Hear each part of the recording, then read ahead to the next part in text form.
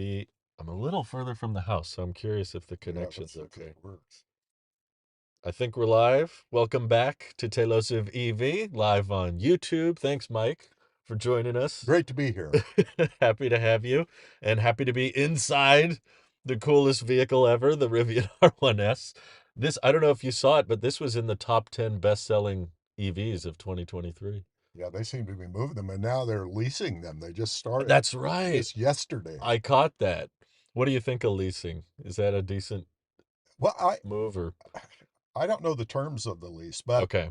it seems that if they can distinguish themselves from Tesla if they allow people to buy the car at the end of the lease. Oh, that's a But huge difference. I don't know if Yeah. they're doing that. Mm, Um, so I guess it'll all unfold as people start leasing. yeah. Do you think that's kind of a move from them trying to move inventory more? Is it like affordable? Absolutely. Yeah. Absolutely. It seems like they might be reaching a tipping point a bit Hmm. because there's not a big wait now. That's true. Yeah, the wait time's gone down quite a bit, it feels. On the R1T in particular, I feel like that has quite quite taken off. Uh, It's got a 4.5 foot bed. that's true. People that need a pickup, Uh-huh. that's not really a pickup. Hmm. But I think the fascinating thing that's going on now is that the whole market is reaching an inflection point. Mm, EVs are selling 8% of the market right now. wow. That's right about where all the enthusiasts are eaten up. And True. you can see how the whole environment's changing too, Hmm. because it's a different buyer coming into the market. There's a lot more negativity. Yeah. Yeah. And there's now, I believe, the ICE builders Hmm. are starting to take it seriously a little bit. Yeah, it feels like it. I agree. I think once you get through that enthusiast chunk of the market, you have to try a bit harder because enthusiasts like ourselves are willing to put up with a lot more, Yeah, and you pay know. $60,000 for a Model 3 Yeah. like I did. Right. Yeah, we'll pay a premium just for the sake of it's the cool new, the new tech. I'll absolutely die in that car, because I'm not going to take a loss. I'm going to drive that thing until the wheels fall off. That's my goal with this one. Well, you have LFP, right? It's still iron I based. do, yes. So it should last you We'll see. quite some time. I'm curious of your long-term plans with this vehicle too. Well, as you know, I had it on the market recently. So No. with vehicles, it's everybody that knows me would say, don't talk to him about long-term plans. He doesn't have any. Yeah. I mean, we can make plans. Yeah. It's a different thing sticking to them. Yes, very much. Uh, Hmm. I actually like this vehicle a lot. And Good. so Me too. I don't really want to sell it. But on the other hand, I really don't need it. And it also it kind of offends my whole basis to electric vehicles. Really? This is my fifth electric vehicle I bought. Three of them were Oh, wow. hybrids, Huh. and I like this about you too. I'm about efficiency. Oh, I, yeah. I want Yeah. I don't want it just to be an electric vehicle. I want it to Sure. be, and this vehicle is not efficient, and especially with off-road tires. But Mm, true. I didn't think it would ever be efficient, so I didn't care about that. Yeah. Well, it's probably more efficient than a equivalent sized, gas SUV. Well, I have to say, if you go to Electrify America stations now, if you're not on their plan, you pay Oh, 48 cents a kilowatt hour. really? Has it gone And up that much? I, I can drive my 3/4 ton pickup for that. It's pretty close then? Oh yeah. Wow. Well, diesel pickup Mm, it gets 20 miles, 21 miles to the gallon. There's yeah. a lot of difference. Yeah. And Okay. fuel's kind of not high right now, so Yeah, people are asking about that. They're saying the road trip experience is kind of where a lot of the non-Teslas are, struggling to find their sweet spot. Have you had much road tripping I did with this? one long road trip, Uh-huh. and I didn't think it was that bad. My wife just literally hated being in a Walmart parking lot charging. And That's fair. I understand. and then I had to be in the same Walmart parking lot charging when I came back because there aren't a lot of options. True. And It's kind of limited, huh? that was so the next time we took a trip up north, Hmm. uh, we drove her Subaru. Oh, yeah. So People love their Subarus, huh? yeah, she loves her Subaru. Uh-huh. And I gotta say, not thinking about charging is a plus. Yeah, yeah. It's just you just go. You don't even think about it. Yeah. I don't even think with gas vehicles people are thinking about range even. It's just like you go till you can't, right? There's just got to be a gas pump around. Well, I've had a lot of cars, Drew, and I had Uh-huh. a Fiat Abarth. It had a 10-gallon tank. I used to drive it to Sacramento and back, and you had to fill that car up every day. 10 10 gallons. gallons, right. Was that pretty efficient of a car or just small No, tank? it was kind of a little sports car Fiat, which is, Oh, gotcha. Okay. well, it was ridiculous. I Anyway, forget.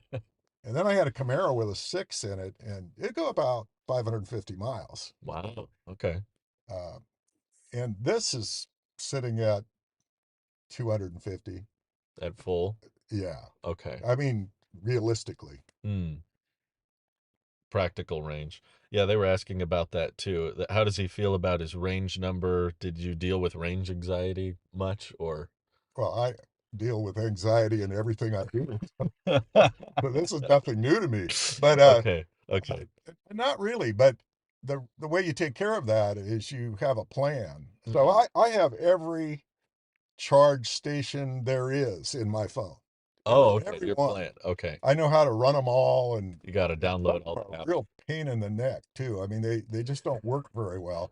Yeah. And that's why when you go to a Rivian station or a Hmm. Tesla uh, Sure. charging station, it's seamless. And Oh, yeah. yeah, that's where it is for sure. I'm feeling like that's mattering, and hopefully Legacy Auto can pick that up because I feel like they're taking their time with it. But it feels like that's arguably more important sometimes than your range or even the build quality. Tesla's known for sometimes having, you know, spotty build quality. But as long as you can stop somewhere and charge, people will put up with that. Like they live with it, right? Well, yeah, I'm 72 years old, so Hmm. let me tell you, you don't know that experience. Thank goodness you don't. But if you get in a car for an hour and a half or so, you're ready to get out of the car. Yeah. I mean, Doesn't matter I how can remember comfortable. staying in a car 4 or 5 hours. I can't do that anymore. So I actually welcome that I have a goal, someplace I'm going to, so I don't Sure. stay in the car too long. Sure. So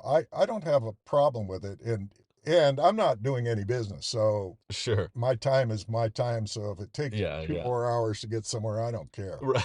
No big deal. That's probably But a safer way to drive but too. well, yeah, you all followed old people driving, so you could characterize this safer if you wish, but Well, I don't know if it's safer relative to the broader community. yeah. Well, I mean, like, there's been people I've heard tell me with like truck drivers and stuff about stopping. Like, it's healthy to take a break, Right. stretch. Don't overwork yourself, especially if you're driving late at night, that kind of thing. Um, I know people that have said uh, there's some people that aren't ready for EVs because they want to do those like 600-mile drives nonstop. Absolutely. And you know what I say? God bless them. Yeah.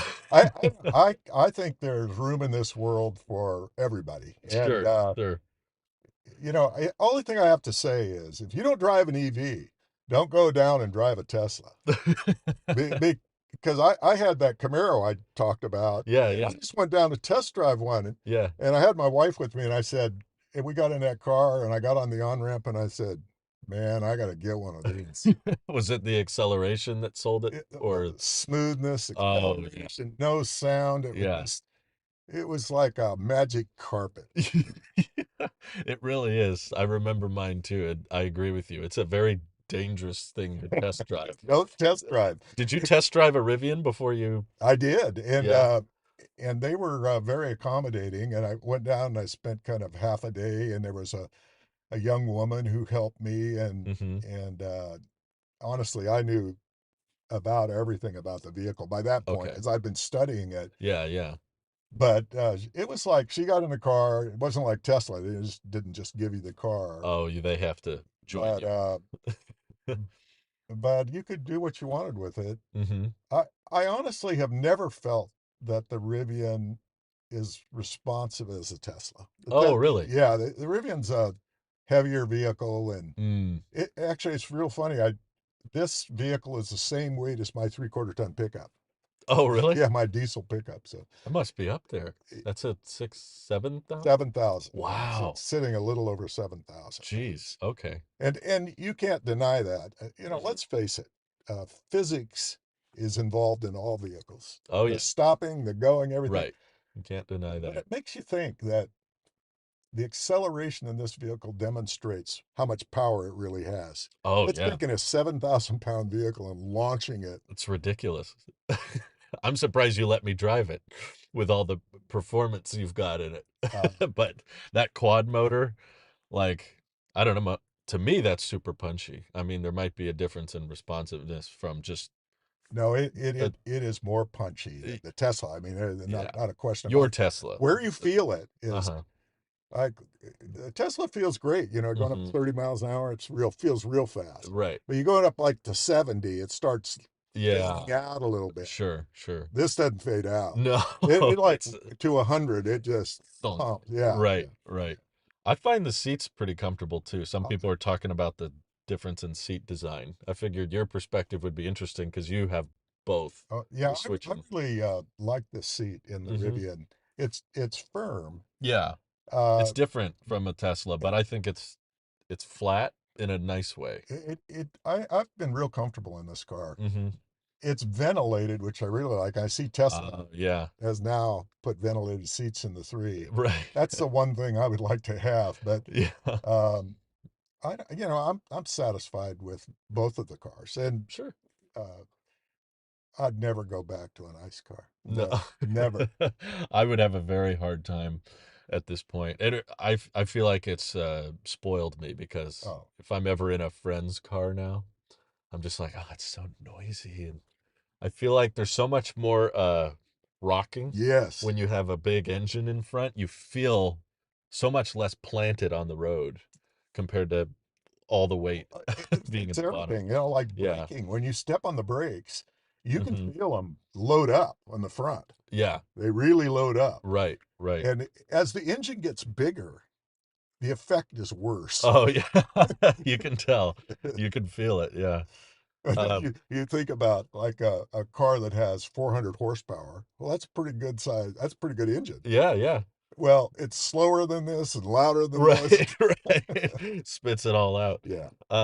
Stan asks if you'd have any issues with maintenance and upkeep or locating service centers.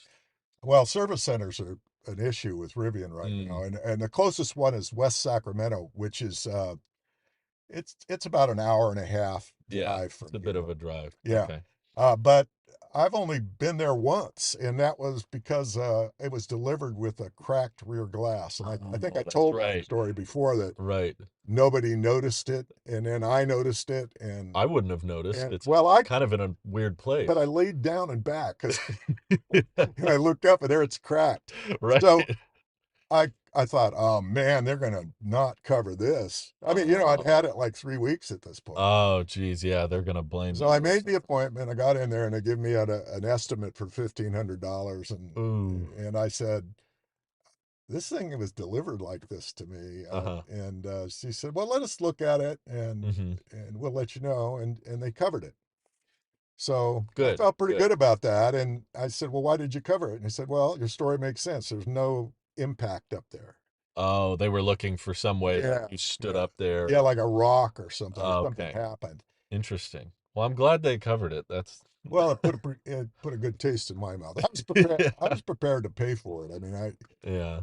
the last thing you want to do is take one of these cars and let things start breaking, and then pretty Sure. soon you Sure. have a mess on your Yeah. hands. You've taken really good care of it, I may add. It's in great shape. Well, Everything still it, looks brand it new. has 3,000 miles on it, Drew. Oh, okay.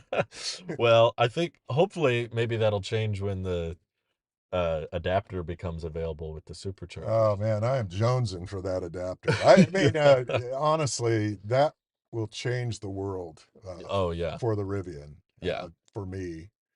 For Uh, everybody too. yeah, It's like EVs as a whole. I think a lot of people who are hesitant to switch over, I think will digest it a lot easier if they realize that we in a future can just go to any charger and Yeah, like a gas station. right, exactly. It But shouldn't we're be so not there picky. yet, and Yeah, we still have a few years before we get to where you won't think about that anymore. And as sure. long as that exists, there will be what they call range anxiety. I have range Yeah. anxiety in ICE vehicles Oh too. yeah, I mean, I have. you know, I have. I mean, I'm one of those guys that I fill the tank up before I take it home because I'm thinking I got to go somewhere. You know, I've had several points where I didn't fill it up because we were just barely getting home from a long drive, but then the next day you get out in the car and it's still near empty because you still have to go to the pump, whereas the home charging yeah, isn't that funny how that works? It doesn't gets rid fill of it. overnight. Right. And well, that brings us to another topic, which is home charging. Oh yeah. I think I mean, I'm sympathetic to people who live in apartment buildings and want to have Oh, an sure. electric car. I think that's a tough way to go. But I experimented with this Hmm. because I wanted my wife to drive the car more. And so I was going to we have two houses and we kind of live Yeah, at her house, but that's cool. I wanted she doesn't have a charger. So Oh, I I started see. driving the Tesla and didn't charge it at home.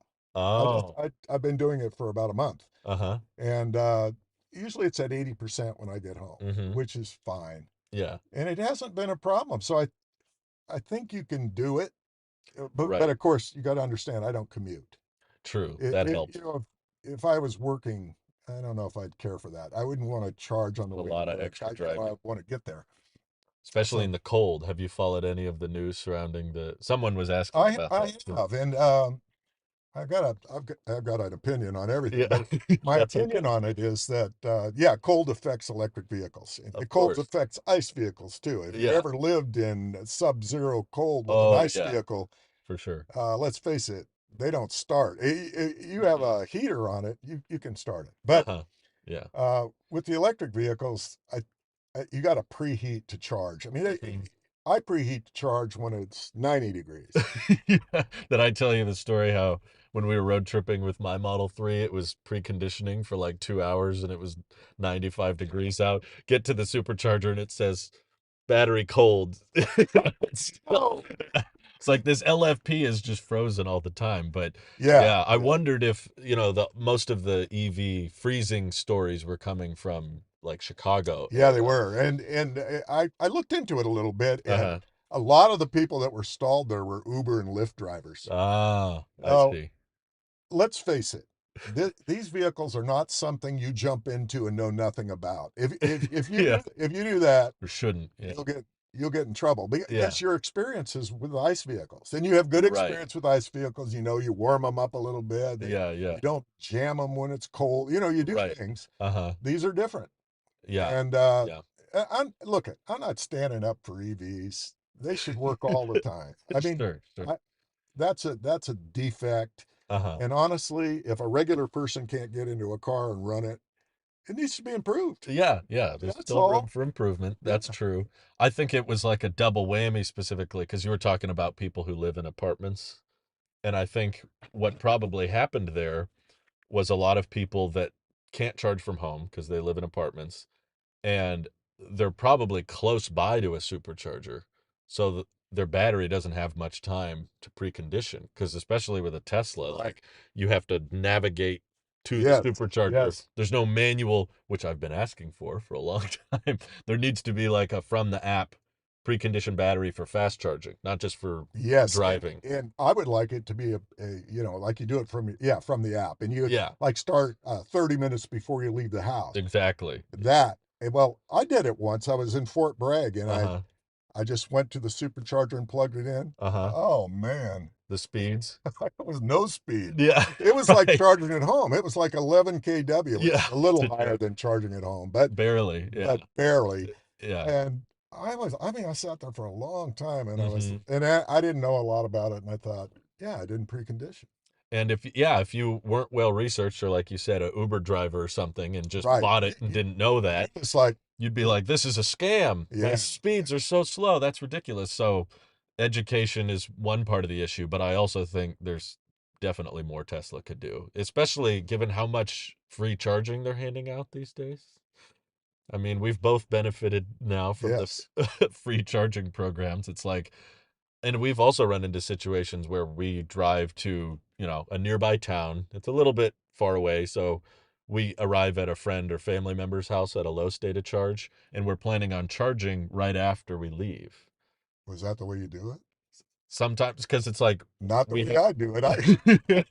it's smarter to charge Yeah, but let's before, say you're running late and but you're yeah, trying if to we get to dinner. I mean, right, dinner's at 5, we had to leave at 3, and that kind of thing goes on, and then it's like, no, we can't charge before. So I should be able to, 30 minutes before we head out, precondition for right. fast That'd make charging. a big difference. Huge help, So and that yet would they really help. still, yeah, But there is a solution to it. You get in the car and you drive around for 30 minutes. doing donuts in the parking lot. And of course it'll charge faster because the battery will be at a lower state of charge. So, Right, true. And the only I think most EVs that works, the only thing is those LFP batteries. They will not heat up for the life of them, I was driving like 75 miles an hour for 2 hours and they still was like battery cold, needs to heat up, and it was, 90 degrees out. And I was well, like, LFP has some drawbacks, and I yeah, see that people at charging stations are now kind of annoyed at LFP cuz we load. don't charge to full. Well, you need to charge the full sometimes, and Yeah, it's not it's about calibration. right, I mean, it's right. about having a meter that works. Yeah. I don't think it's much about health. No, Yeah. the health isn't as big a deal, Uh-huh. uh, but I'm kind of wondering if you have to do calibration. They say once a week, Mm-hmm.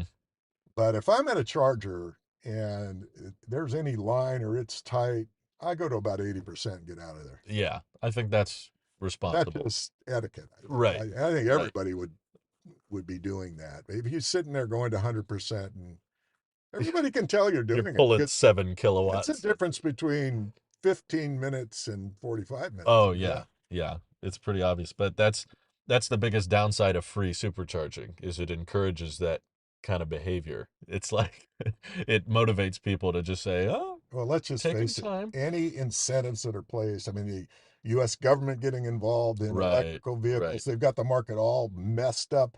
I mean, I'm invested in companies that wouldn't be existing if it weren't for the government Oh, supplementing them. sure. So Totally. I think I don't know. I'm a free market guy, and Yeah. yeah, it's ugly. People lose everything they own, and tough luck. Sure. Get to That's the work. market. Yeah, Right. get to work. But Get to work. but when they skew the market, then there's going to be winners and losers, Yeah, yeah. and the winners feel great, and the losers are bitter. I mean, Right, right. appropriately so. Sure, sure. It's So how do you understandable. select? How do you select who wins and who loses? And I won't go into that. That's not part of Well, it this topic. no, But it's okay. We could go wherever. Um, I do feel a lot of that bias when it comes to the point of sale credit, which is great for a lot of people. It can deduct 7,500 off the price of the car, but the qualifications for it is what drives me nuts. Is it can apply to a plug-in hybrid with a yeah, 7 kilowatt hour battery pack. And I'm like, you want to subsidize 7,500 bucks for that car, but also a vehicle like an Aptera would get nothing because it's three wheels. yeah. That Well, suddenly is like, oh, you you can't have anything. can't have three wheels. The tire manufacturer's going to get very upset over that. And it's light too. I mean, Right. tire manufacturers like this car, 7,000 pounds, man. Your tires, I wish we could show them, but your tires aren't even available in the configurator anymore, are they? Oh, the wheels aren't. Oh, the The wheels. Yeah, tires the are. tires. Sorry. And the Different term. wheels are, but they're only available in black. Oh, Yeah. interesting. I And really like the look. they changed a couple things. Uh-huh. Now to get this kind of setup, you have to have the pan underneath it, the protector pan. Oh, And gotcha. so the price went up a little bit. And Uh-huh. hey, let's face it, I'm not going on any Jeep trail with this. So in his first time he run up brush, it'll look like my pickup. He has this scratches clear up the side. And I guess I don't know if I was going to do it, I'd probably put some kind of Oh, pickup bed coat on the thing. oh, I sure. mean, honestly, Cover it. That's one thing I do like about the Cybertruck is just like uh, that thing you could just beat up. Although it does look like a fingerprint magnet. I don't know if you've seen I those. have. But I think with that one, you just let it take its shape because Yeah. unless you buff it out, it's not going to look good anyway. I mean, you know, Right. I feel for them. I mean, building that thing, any problem they have is going to just show up immediately. Right. Well, it's a Cybertruck at the end of the day. It's not a beauty contest, right? It's kind of a bulldog of a truck. It Um, is that. Someone asked if you know your miles per kilowatt hour lifetime. Well, I do. It hangs right about 2. Oh, wow. Yeah, Okay. and well, and a lot of that has to do with driving in town. I Sure. have hills that I drive Hmm. all the time. So, but around 2 is what with the 20-inch wheels and the all-terrain tires, Gotcha. around 2. And I see the guys that have 21s, they're doing 2.5. And then my Tesla does 4 Right. pretty consistently. Right. So Yeah. this burns double the power of the Tesla, and the battery is more than twice as big. Wow. Yeah. Huh. That's pretty. Yeah, that's And there pretty we get down there. back to what I said earlier is Uh-huh. that that's the thing I don't like about it, that I'd like to have more efficiency. And since I only Sure. uh, haul my bony little tush around by myself all the time, I mean, it doesn't, it's probably not the best vehicle for me, but I just wanted to know it. Yeah. And to Yeah. know it, you got to There's more to earn it. life than just money and efficiency. Yeah. Sometimes there's Yeah. just That things you enjoy. that's right. And Yeah, we wouldn't even know each other if I hadn't bought this that's thing. true. There's all kinds of perks that have come Yeah, along no, they with really are. it. um, People were saying that once the Tesla network opens up, they would have no range anxiety. That there's I Yeah. think another R1S. Yeah, Alex Diaz is another R1S customer. Um, he says he had less range anxiety in this just because the battery pack is so big, I guess. Um, Teslas sometimes struggle to hit their EPA Yeah. Yeah. estimates. I think when you rely more on aero advantages, you're more likely to see big Uh, sways in range. that's a good point. Obviously, this doesn't rely on aero Right. advantages.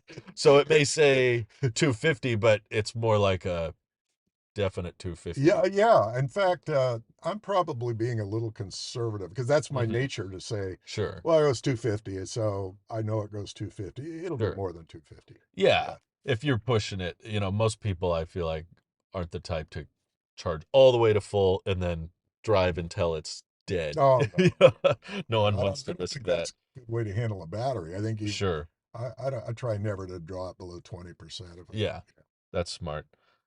John says, I've heard the air compressor is louder than the truck because it is on the inside. Any thoughts on that? Yeah, I heard that too, and Mm, I hear it, but well, first of all, first of all, I think I have to qualify this. okay, okay. My hearing is terrible, and I, Which I'm comes with I, its I'm perks. I'm deaf at the highest range, and I have these super hearing aids that make me understand voice stuff. That's But cool. I may not hear it well, but it doesn't Uh-huh. bother me. But Good, good. I wouldn't be a good example. Okay. That's fair enough. So when you get in your 70s, yeah, Sure. there's good things happen. Yeah. Not many, There's a but lot of things you don't want to hear. Like I remember my grandparents telling me the same thing. It was like the neighbors were rowdy or something. She was like, I can't tell. I don't know. my dad used to say to me, "You ain't seen nothing yet." That's great. One person asked, do you have friends in your age group who thought you were crazy for buying an EV after, decades of driving gasoline powered cars? Well, the you have to understand what's the condition precedent. All my friends thought Mm. I was crazy to begin with. I mean, Before you buy. yeah, I mean, in the 80s, I was driving a Honda hybrid, the Insight, that was a two-seater. Oh yeah, That yeah. actually the uh, Aptera reminds me of it. Yeah, It has yeah. the same configuration, and Kind it of has a lot of room because it doesn't have that back seat. right, And right. You're not cramped. so everybody that knows me knows, yeah, he's messing around with those electric cars again. Uh, And I have one friend who's a logger who thinks I'm absolutely nuts. And I drove this. He lives in Oregon, and I drove up this vehicle up there, yeah. and I stomped it on a straightaway, and even he Yeah. was impressed. Good, And he's good. like an old time mechanic and knows, Oh yeah, yeah. yeah. But I could imagine. he was like, man, I didn't think they'd ever do something like this. Yeah. And he's got a Corvette there, and I said, well, you want to drag race? He said, no. Well, he knows the Oh yeah, outcome of that he one. could tell by just riding in it. That's funny. Harrison says they seem to be getting a lot more popular. He's seeing Rivians all over the place now. I did see some crazy like that. Some reports said the R1S was like the most popular vehicle in Colorado Yes, of any I saw that too. They're gas or selling more electric. than anything else, which That's blows me nuts. away. It just blows me Yeah, away. especially for the price. That Oh yeah, really like looking they at that list of top tens, they were mostly all, crossovers. You have your Mach-E and your yeah yeah ID4, but then up in that list of, 50, $60,000 crossovers, you have the R1S. And I was like, dang, this, three-row SUV segment is really popping off. yeah. I need a People are three row looking for SUV. I've never put the back seats up. it. You're the only one who put them up. Oh yeah, we wanted to see. Well, I mean, they were pretty comfortable for a third row. That's about as good as it get. Yeah, when I sell this, those things are going to be brand new. That's a good call. Yeah, but you said there was some tax advantages to this over the pickup, right? Oh well, in California, Oh yeah. you have commercial vehicle fees, Mhm. which is just outrageous to call a 4 foot bed pickup a commercial It's a vehicle, commercial. and Yeah. but they're substantial and Mhm. they're related to weight. Oh, okay. So Gotcha. I there's some things I like about the pickup. It's got a longer wheelbase, and I wouldn't mind that Oh, longer sure. wheelbase. I mean, that I think it rides a little better than the Yeah. R1S. For Uh, off-roading, I think it yeah, helps to be a little tighter, but well, yeah, but again, it's an expensive I freaking mean, vehicle. I have no problem going down a fire road or something that's kind of rough, but My relative to driveway. like a Jeep trail, I'm not going down a Jeep trail with a car that's this expensive. It's crazy. There's Mhm. another thing about it, Drew. Like Mhm. in Northern California, when you get up toward Susanville, out in Oh, that sure. area, there are no chargers whatsoever Right. for this. You're out. There Yeah. is a Tesla charger, So you'd rather take your Model 3 up there. and that's what I've done. Taking the Model 3. The off-roading machine. But yeah, so here where I would go off-roading, I can't really charge realistically. And I Yeah. called Rivian and talked to them about it, and they had a real interesting response. What did It they was say? like, well, you have to find a trailer park or something like that. And I'm like, okay, well, Off the NEMA plug? yeah, yeah, exactly. How long is that gonna take? Well, it'll take a Uh, while, but yeah. uh, even the interaction with those folks. I mean, Mhm. out there and here you show up in this, and you, can I plug in? Well, yeah, if you pay me. Yeah, that was gonna say, those guys probably know what an EV means, especially one like this, I'm sure they do. and they just see dollar signs. Well, They I mean, just see money if flying I were them, away. I'd say, yeah, for $100 you can charge it out. Well, why not? And where are you going to go? True. Yeah, they can charge whatever they want because, oh, I mean, 100 something kilowatt hours overnight on a vehicle like this, that's more than a house uses in Uh, some houses use in a week, a month, depending on how small it is. well, I know what my house used last month, and it was 220 kilowatt hours. So, In a month. yeah, And this is like 130 kilowatt hours to yeah. go. Well, I haven't been charging this. I haven't been charging any vehicle at home. Oh, When good. the sun's down, it's like not much fun. And Oh, I have sure. my own batteries on that system. And Smart. you plug this thing in, Yeah. it goes. They drain really fast. Oh, thanks for bringing that up. That was, sorry, you guys have questions. I'm pushing them all down because I'm more curious. Don't push them down. We So, want to hear from them. okay. Um, let's see. Oh, there was one about the preconditioning. My problem is that preconditioning still requires more power from the battery to warm it up. I saw a test drive in the cold where the range was cut by 40%. Oh, that's a lot. It is a lot. I do think that it's more noticeable with EVs just because EVs tend to be more computer.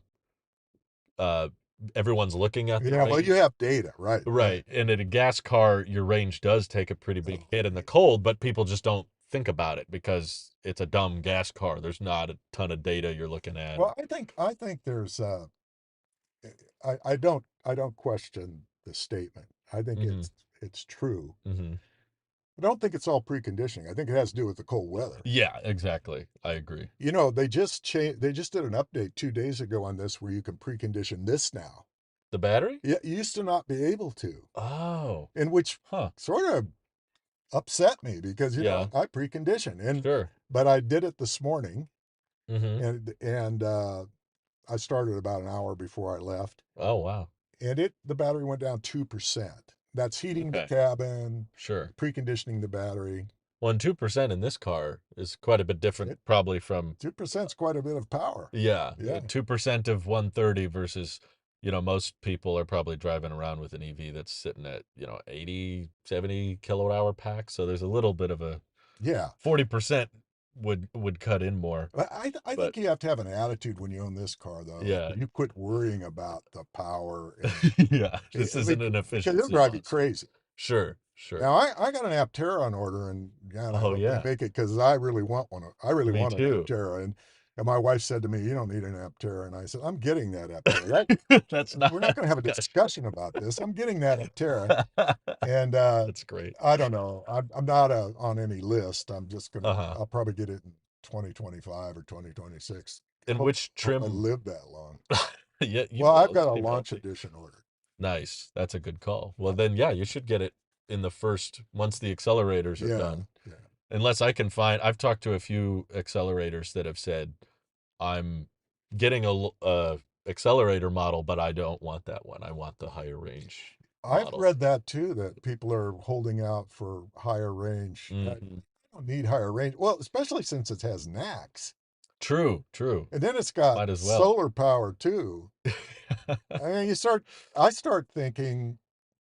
I mean, my thoughts go to the even lesser range, not higher Sure. range. I think long term that one will be more Me popular. too. But in the short term, it seems like everybody wants that 400 plus Well, mile. again, once they get an infrastructure where there are chargers everywhere, no one Hmm. will think about range anymore. No, I no. mean, some people want to have it because they're going to do a long road trips all the time, but That's dangerous, even just the fatigue and the driving late at night thing, which is I've done it.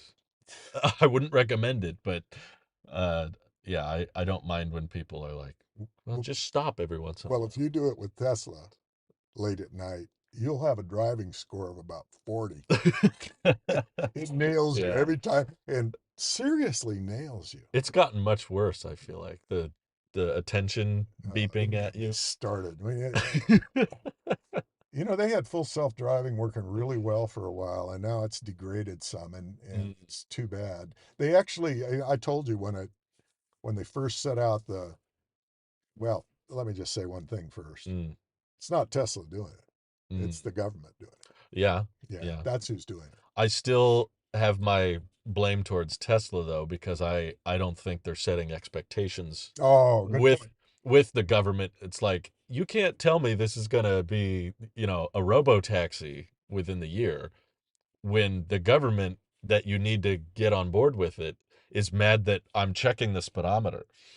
Like I turn on autopilot and I'm just looking at what my speed is, and it goes, Yeah, pay yeah. attention. I'm like, how are we going to get to no supervision when this Well, is a forced, update uh, coming out? I think they're being punished. They probably are. I mean, that's what you get when you overpromise and underdeliver is that people don't trust you. Yeah, yeah, that's And true. let's face it, the people that are involved in government are just people, Oh yeah, and they there's get bias. offended the same way we do. Right, right. So like dealing with the IRS, you want to mess with the IRS, they'll mess back, and you won't Yeah. like what they do. No, no, I would never mess with the No, me neither. IRS. But yeah, I think I've seen people point out the biases of like Blue Cruise or Super Cruise doesn't get as strict as Tesla's self-driving. A lot different. And I think it's partly because of the expectations set. I think NHTSA is probably going after Tesla because Tesla's the only one claiming this car is going to be, completely autonomous and no one in the driver's seat within the year. Whereas GM just basically canceled Ultra Cruise, which was their version of FSD. They said, "No, we're just gonna stick to highway stuff," you know. Well, you don't trust them for a different reason. Mm. I mean, let's face it, GM has pulled the rug out from under EVs a number of times. Yeah, So, since the beginning. yeah, since the beginning. So, EV1. hey, you got to give Tesla credit. Yeah, Tesla, they yeah. might have overpromised, Oh, sure. but they broke into the market. We wouldn't have Right. 8% saturation right now. Oh, that's mostly Tesla. And you Yeah. got to it's not 8% across the nation. It's 8% in California and 8%, in Texas and Hmm. East Coast enclaves. We haven't even really hit the Midwest yet. And Sure, sure. well, Chicago, maybe it was a mistake to go there early. Yeah. I think when people complain about EVs in that freezing cold, I'm always like, well, you're also just in a horrible place. So you're gonna have all kinds of Wow, problems you're going with to get in it. trouble for that. I have a cousin who lives in Chicago in a high rise, and she loves it, Oh, just good for them. loves it. Good for her. I just think I'm not gonna want to go anywhere if it's negative 20. But see, I, that's where the Uber drivers come in. oh, Their business is cooking when it's negative. oh, You see? really? Yeah, People because driving around people don't everywhere? want to drive. Oh, I see. So Uber is cooking, Yeah. and then they have electric cars they've got to charge. You could see how they'll run the battery down low because they're Yeah. trying to make money. Oh, sure, sure. So, That's fair. and let's face it, other than this broadcast, you can't trust what you hear. You can trust everything we say, but Well, yeah. qualified is, the fact is, if you're listening to me, I'll act like I know what I'm doing, but I don't know very much. You say that, but I don't. then you go turn around and say like the most amazing, truthful things that no one else has to say. Um, Speaking of Tesla, some people are asking about your thoughts on the new big refresh Model 3. Well, I think it's a necessary step. Yeah. They needed to up the game just to keep their market position. I think they did some nice things. It looks a lot Mm-hmm. like the other vehicle. Yeah. I don't feel having the older vehicle that I'm suffering very much at all, No. Yeah, I don't think that was meant And for actually it's a very superficial. Like if you sure. take the SR, Mm-hmm. it's the same car underneath. Oh yeah, same battery, The same same motor. powertrain. Yeah. Yeah, so it's got ventilated seats. I mean Is that's that your top feature request? absolutely, Yeah. And then you get summer, I like those ventilated I'm seats. forgetting it now, but you have a Rivian, so I you're do. good. Yeah. You can just take this where you Oh, the go. Rivian's great in the summer. Oh yeah. No, that's I think what well, summer here is about 9 months out of the year, but we drove around in it and it was AC was blasting. It was great. Yeah, it is. Those heat pumps are efficient, but they take their time, I feel like sometimes. Yeah, I don't Yeah. have they are more efficient, but again, we're back to that. You don't buy a Rivian for efficiency. Exactly. You're Yeah, not worried about it with yeah, this. I know some people I've seen asking because there's a lot of talk about the R2 platform where that's headed, and some people are saying I would buy a Rivian the second it has NACS and a heat pump. The next thing I can understand, the yeah. heat pump I don't think will result in that big of a change with a vehicle of this I don't think size. so either. No. And Nax would be huge. sure. And I Sure. think the adapter would, you know, kind of Sure. cover Let's it. turn on some ventilation. It's starting to feel kind of. Yeah, it's not good. This is really well sealed, I can tell. Yeah, Just like too well closing the sealed. door. Yeah. Look at the AC's coming on. Yeah. Oh, that's nice. Cool. I got Um, that pretty low. Pay attention thing is not going to get me to pay more attention. It will prevent me from using the feature. Yeah. I saw several other people saying the same thing. It's like if your goal was to get me to stop using autopilot, then Yeah, they're doing it. I got to say, it can really be annoying. I'll tell you Uh-huh. one that really got to me is Uh-huh. I drove my car and parked it in my driveway. And then I look at the safety score, which I Oh, care yeah. less about, and it like dings me. For No driving. seat belt. For a driveway. I have to admit that the Rivian is much nicer in that regard. Yeah. It's not a nanny car at all. It's not evaluating you. Rivian feels like a car that likes you. A lot of the time, Tesla feels like it's annoyed that you're driving it. It's like, you want to do what? You want to use full self-driving that you paid for? What's wrong with you? No, you cannot.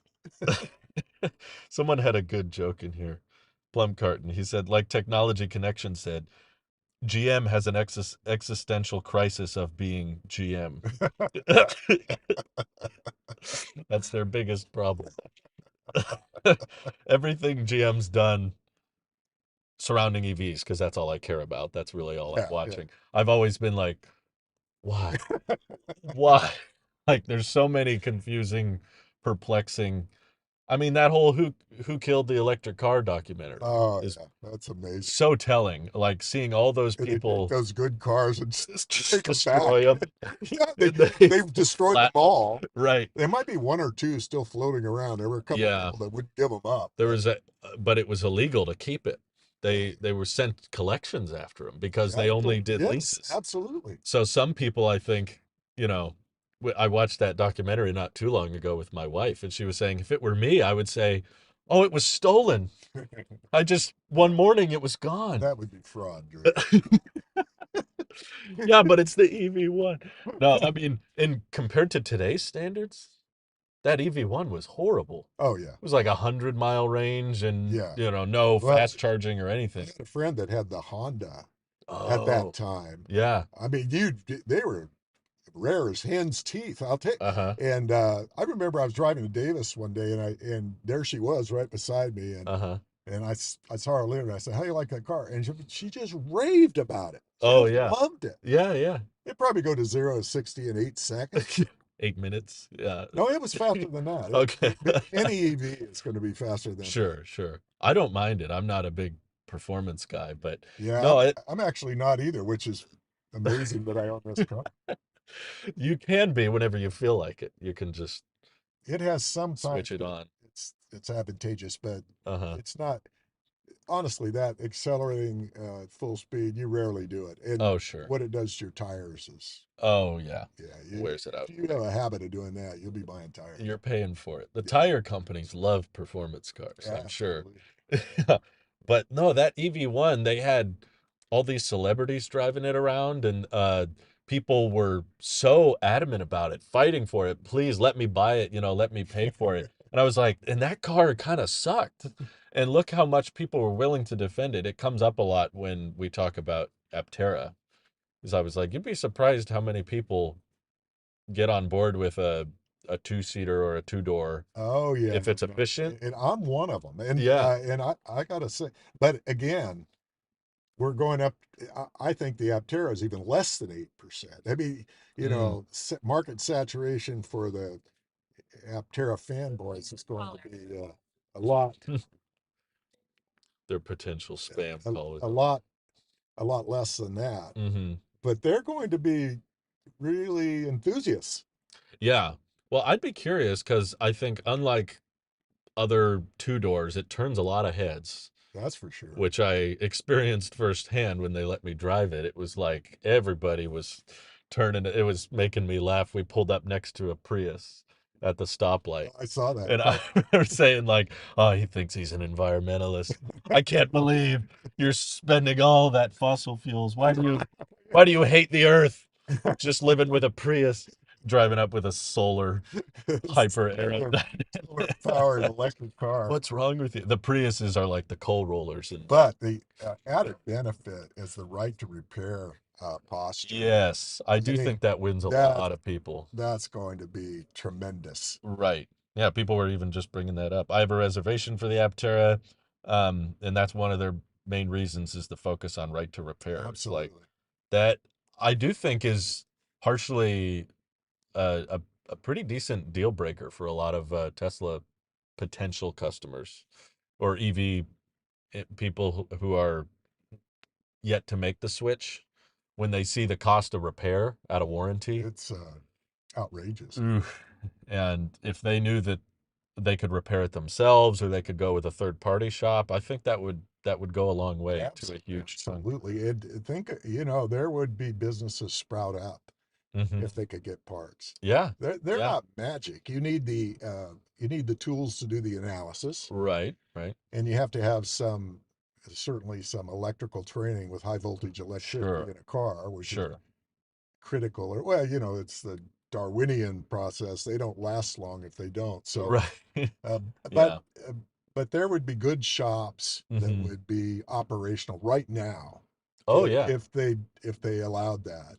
I don't even think so much of it isn't even high voltage battery stuff. There's a lot of Yeah, EV repairs that's are pretty basic, like headlight or door seat stuff, which is just dealing with 12-volt basic. And they still make a big fuss about where you get your parts and who can work on it. And, you know, yep. Tesla wants you to do everything through them. So, yeah, that's honestly my biggest concern. Some people are always asking about how long till you have to replace the battery? And I'm not worried about the battery. I'm not worried about that either. And I'm more concerned about little things. I'll tell you about batteries. All these batteries Hmm. are dinosaurs at some point. Oh, sure. Yeah. Yeah. Solid state, you I've know, been hearing about it for a long well, they're time. QuantumScape Hmm. has been in business 12 years. They haven't made a penny. Two Stanford professors started it. Yeah. They have Volkswagen invested $15 million in it. Wow. They recently had a battery that at 200,000 miles had 95%, was 95% good. 200,000? Yeah, Wow. it charges 0 to 80% in 15 minutes Mm. and has no runaway fire problem at all. Wow. But they operate in a range of about 122 degrees to 170 degrees. That's where they Oh. don't operate at room temperature.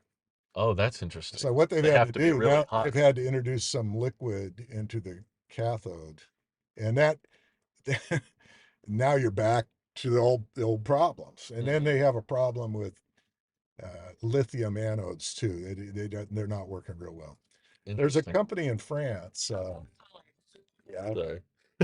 We can pause if you need. no, there's a Okay. company in France. It's called Blue System. I wrote down a couple notes because I knew Oh, this cool. came up. No, I want to learn more about this. Blue Solutions. Uh-huh. They're a subsidiary of Ballori Group. Hmm. They have what they call an LMP battery, lithium Liam Meg. metal Oh, polymer. metal. Yeah, Interesting. this Huh. company has 1,700 patents. Wow.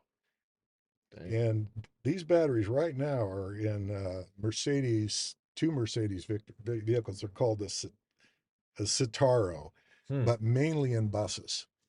Interesting. So they're now operating in buses, but they're just nobody is. You don't know who's going to emerge from this, and Right. investing in it is just gambling. I Sure. mean, Sure. I got a little bit of it, Okay. uh, but I know it's a gamble, and I know it's likely to go out of business. But if it doesn't go out of business, and you ought to see the goals for QuantumScape, for example. Their Oh, their yeah. goals are their first goal is 800 billion gross sales. Yeesh. My gosh. Well, why did the So LMP? go big or go Yeah, home. might as well start there. That's huge. Why does why do you know if they focused on buses? Is it not a very energy dense No, cell? highly energy dense. Oh, interesting. Yeah, and Is well, and the buses, of course, take a lot of power, okay, and yeah. so they need that power. Mm-hmm. They sit overnight. They have to operate. So operating a lot of power is useful to them. Mm-hmm.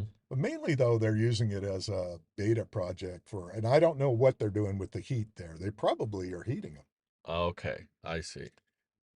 I don't know. I Keep haven't looked into it that far, but interesting. they're manufacturing them in France and Montreal. So you've got Okay. two plants working. They only have 400 employees. Wow. So, Okay. It's pretty small. well, this is the infancy of this, and you keep hearing about solid state, and I It's don't been a know. long time. I'm so uneducated and ignorant as to this that Well, I am too. when I heard solid state, I'm thinking, how are they doing this with little chips? Yeah. Yeah. That's what I think of But as what SSD. they mean Yeah. is that the cathode is solid state. It Right. has no Right. liquid in it. Mm-hmm. That's going to be a huge, but they have not conquered that yet. They all still Mm-hmm. have some liquid. They're just not Mm-hmm. working right yet. Yeah, my big concern and my curiosity with that, because I know Toyota's who I think of when I hear solid state, because they've had publications for I Yes. think over a decade now Yeah. Yeah. saying we're gonna do solid state, we're gonna do solid state, and I can tell that in low volume in a lab under the right circumstances, it's really great. It has all these energy density advantages and charging curve advantages, but I just keep coming back to that's a whole different ball game when you want to start building, gigawatt hours worth of cells Yeah. at scale, which is what you need for EV production. You need to build just millions upon millions of these cells. And if you can't find a profitable, scalable way, it doesn't matter how good it is in a lab. So I'm sure there's tons of research going into that because whoever can scale it up is going to have a real sweet battery. But um, I just keep thinking like, I mean, I'm biased because Aptera's pushed their timelines too, and I'm the big Aptera guy, and technology doesn't always come as quickly as we want it to. But I do wonder like Tesla's got how much money in the bank? How much money could they spend on mass producing these kind of solid state cells if it was really Yeah. But viable? Drew, they're a public company. And as a public company, if they're not profitable and real profitable, Hmm. they got a problem. So Yeah, Tesla's business model is established now. true. It's these other entrepreneurs that are going to go out and take the risk, and Yeah, and that's they true. might become billionaires, Hmm. but they're more likely to go broke. Mm. But you got to love these guys. I mean, Oh yeah, for sure. they really get out there and put it on the line. Yeah, So when they become real rich, I'm happy for that. absolutely. We all have benefited. Totally, totally. You got to look back. We all, as human beings, we kind of take technology for granted. Oh yeah. Take this, that, you know, honestly, I was practicing law and carrying around something that was in a case. Yeah, Look what's going on now. right. And Yeah. all it was a phone. Did you have a cell phone like briefcase thing Oh, back in yeah, those days? sure. That was all Oh, you that's could get. cool. And Yeah. everybody was like looking in your car going, oh man, that's something. Yeah, I bought a it's Motorola fancy. Flips phone. I paid $800 for Mm, it. And it was a little blue case. It was real thin. mm, And I pulled that out. That was uh-huh. really cool. But all it was a phone. Right.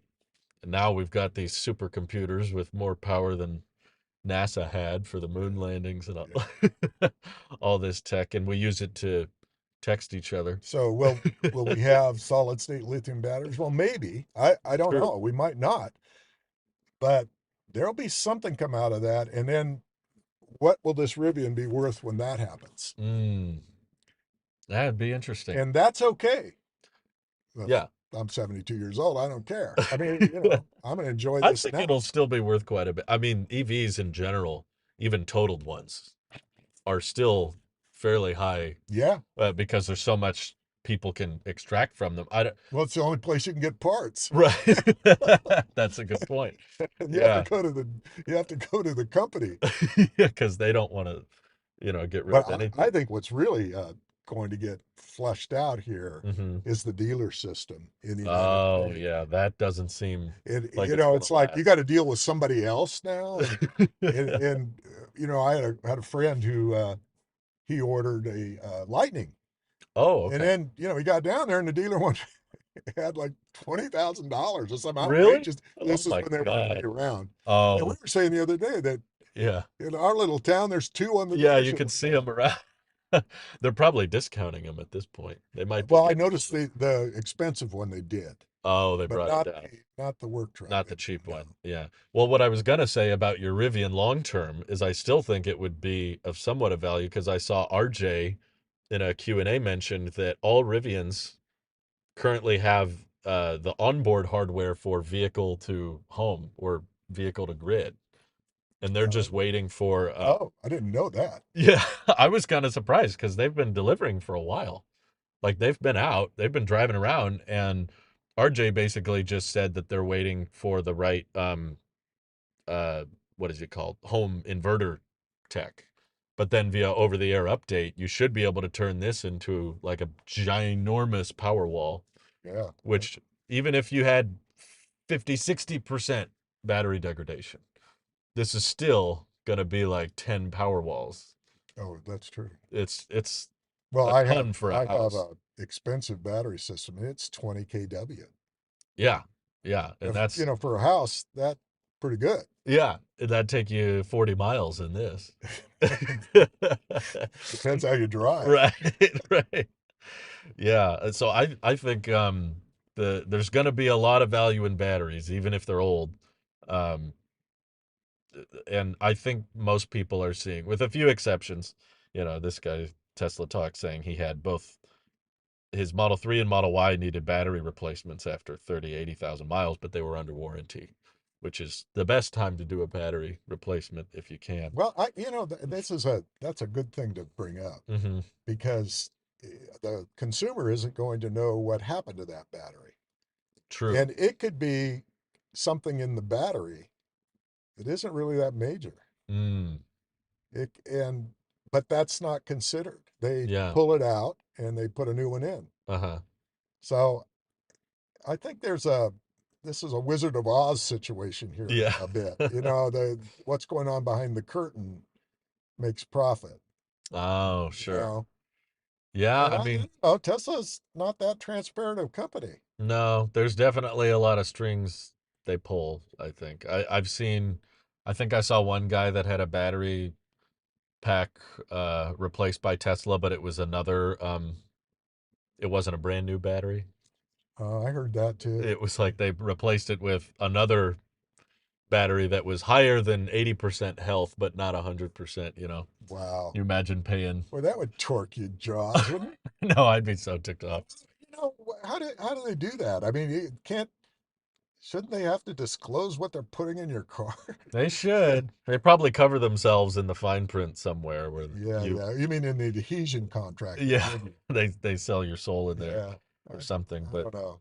and you, by the way, if you need to leave, just tell me. We can No, I stop canceled whenever. the appointment Oh, okay. We'll be because here when I till. saw your live talk the other day, I said, "Man, this could go on a long time." You don't have to do it that long. No, You're I don't mind. okay. I Okay. enjoy this a lot. I'm Yeah. really interested in the questions that are coming in. Yeah, I mean, there was a lot of talk. It was kind of off topic, so I kind of ignored it. But there was a lot of talk about Aptera and Open Pilot. I don't know if you've heard much about Yeah, a that. little bit. But some people were saying that my main turnoff from the Aptera was the no full self-driving. But um, I've heard a lot of. I haven't experienced it myself, but I've heard a lot of great things about Open Pilot because it's a more open source brand.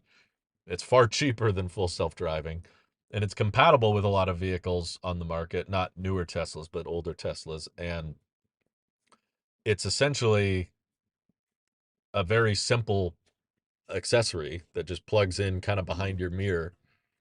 Oh, I guess it thought I was talking to it. And it just takes one or two, I think, camera feeds Oh, and wow. covers a lot of driving. Most people I've heard review it said it's not quite as good as FSD beta, but it's the next best thing. Wow. And the computer's like, $1,300, and that includes the software and everything. Whereas Yeah. everyone with FSD is used to paying far more than that. But Well, I have FSD in my Tesla, yeah, how do you like and it? I have to say to you that when I get into town, I turn it off. It's terrifying. It'll make a turn, and at various it gets better, better, better. At one point, it was really good, and then gets Yeah, worse again. So yeah, I don't yeah. know what to say about it, but Hmm. around town, I'd rather drive. And I have to be honest with you, the only reason I paid $10,000 for it, and the only reason I Wow. paid $10,000 for it is I was thinking I'll be sitting at home alone sometime, and I'm not going to feel good, and I'm going to have to drive to the doctor, and I'm going to turn that thing on, Wow. and you could use it for that. Yeah, It would work fine. you It'll think get it'd you get where you you want to there go. just a little It won't uncomfortably. drive like you drive though. It drives like it drives, and it took me a long time to get used to how it goes off a freeway. And I noticed that I Oh, can yeah. cut those ramps off in the corner because it goes right to the edge and then turns. Oh, So jeez. Yeah, it's a marvelous system, sure. but it's not fun to be in. It's a really cool, science experiment. It- What can be done with vision and neural nets and, and all I that. love that part of it, but Uh-huh. relative to getting around, I turn it on the freeway. It's really great for that. How about when your wife's in the car? Yeah, Does she? she's used to it, and Okay, good, good. Well, she's pretty tough. I mean, she's married Yeah. to me, so She's used to putting up with all kinds of. That's funny. I've just seen a lot of videos of guys that say great things about FSD or say it's flawless and perfect or whatever or no interventions and I'm they're usually by themselves, ah. which I find interesting, Oh, which I'm so like do you think a passenger affects FSD? I do just because well not the performance but just the perception. I think in general you probably feel more comfortable with the car experimenting or doing weird turns and stuff because you know at a moment's notice you can grab the wheel, you can hit the brake. That's a good point. But if you're in the passenger seat or in the back It's disconcerting. and you're like, okay, is my friend gonna take over or how far is my friend gonna let Oh, it well, my go? wife has asked, "Are you driving or is it driving?" She has done that. I have had times where if I'm distracted or something, my wife will go, okay, you're gonna turn on autopilot now. I think the car should take over at this point. Yeah, I think there are times when the car is much better. Well, with me, it much better than I am. Like, Mm, I notice that I don't see cars beside me as well as I should. mm, It does yeah. that. It Does this does. bring up cameras when you signal on the Rivian? Yes. Okay, Yeah. good. Because I find myself really getting used to that, almost dangerously now, where whenever I signal, I'm less and less using my mirrors. Well, the Rivian has the little dots in the mirrors that light up Oh, too. yeah. Yeah. Blind spot. So this is Tesla sort of a just got cross those. between, cutting edge technology and old school. Right. These are nice big mirrors. I like the mirrors on the R1S. Yeah, a lot of wind resistance, man. Oh, yeah. But again, when you got a flat garage door front, you don't Right. really It worry about doesn't it. really matter too much. But yeah, I've gotten to the point now where I'm hardly looking at my mirrors, but the Model 3 and Y mirrors are not that great. They're No. pretty small anyway. And if I get into another car, like occasionally we drive our old Sonata, and I find myself signaling and looking at the dash, but all there is the radio now. And I'll signal and just go, oh yeah, wait, I gotta actually turn my head and stuff. Cameras help a lot with visibility. They do. David Lowen's asking how much you're looking to get for the R1S. You might have a potential buyer in the chat.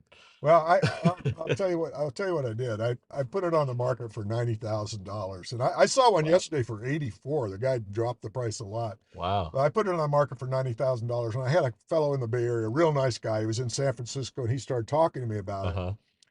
And as he talked, you could tell he was cooling off. And so I said, "Well, what are you thinking?" And he says, "I'm thinking I could buy a new one for not much more."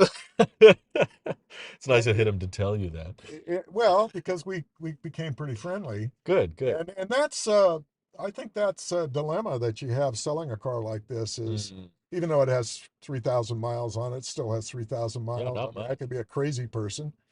I had a lot of calls, a lot of traffic. Mm. I put it on Auto Trader, which kind of was not the best experience. Oh, It no. used to be better than it is now. Okay. They want you to sell the car through them, which I would never Mm. do. But I had it on Marketplace, which is wild, wild west. But I had a lot of people inquiring, and I was actually offered 88,000, Wow. Okay. and I thought I It's up just there. about took that, but then I was like, I really like that car. It's not like I don't like it. If I was dissatisfied with it, I would have sold it for Sure. 88,000. Sure. So I think that gives you the lay of the land. Yeah. I remember you didn't tell me you were thinking about selling it, and I was just looking on Marketplace. Sometimes I just like seeing what's available, Yeah. especially Rivians because they're so fun but so pricey. I was like, what are they going for? And I'm scrolling and I just Here's the see car. I was like, it had the matte black, the chrome delete, which I liked, and I was like, that looks a lot like Mike's. And I open it up. I'm like, that is Mike's Rivian. I was a little bummed. I mean, it's your car, you do what you want, but I was just like, oh, that's too bad he's Well, selling it. I'm interested in markets too. So a Oh lot of yeah, that is just what testing it. happens when I do it. Right, right. Well, you know what my chrome delete is, don't you? You don't What know, is do it? you? I don't, is it? It's plastic dip. Oh, plastic dip. I would never play for somebody to cut. Yeah. And I can fix it if something happens, and I can take Sure. it off if I want to. No, So you did a good job on it. I think it looks great. That's the one design I would change about me the too. R1S I is that didn't little like that chrome line thing. chrome strip around it. Yeah. Otherwise, I left it the same. I did nothing else Oh, really. it's gorgeous. No, I think considering it's a quad motor and isn't this like a launch edition It is, yeah, green? yeah, So they don't make this color. They don't make those wheels anymore. They don't yeah. make It's just like me. It's in, ready for the boneyard. Goldfish has an interesting perspective. I don't know if I agree. He says you will never own an EV with an 8-year-old battery, so you don't need to worry about it. Those less fortunate are risking big bucks for them on that 8-year-old battery. I don't know if I agree. Well, I think the jury's kind of out in a It's way. kind of too early to tell, huh? I'll tell you, it'd be hard to say, "Oh, you're just dead wrong." I mean, Yeah.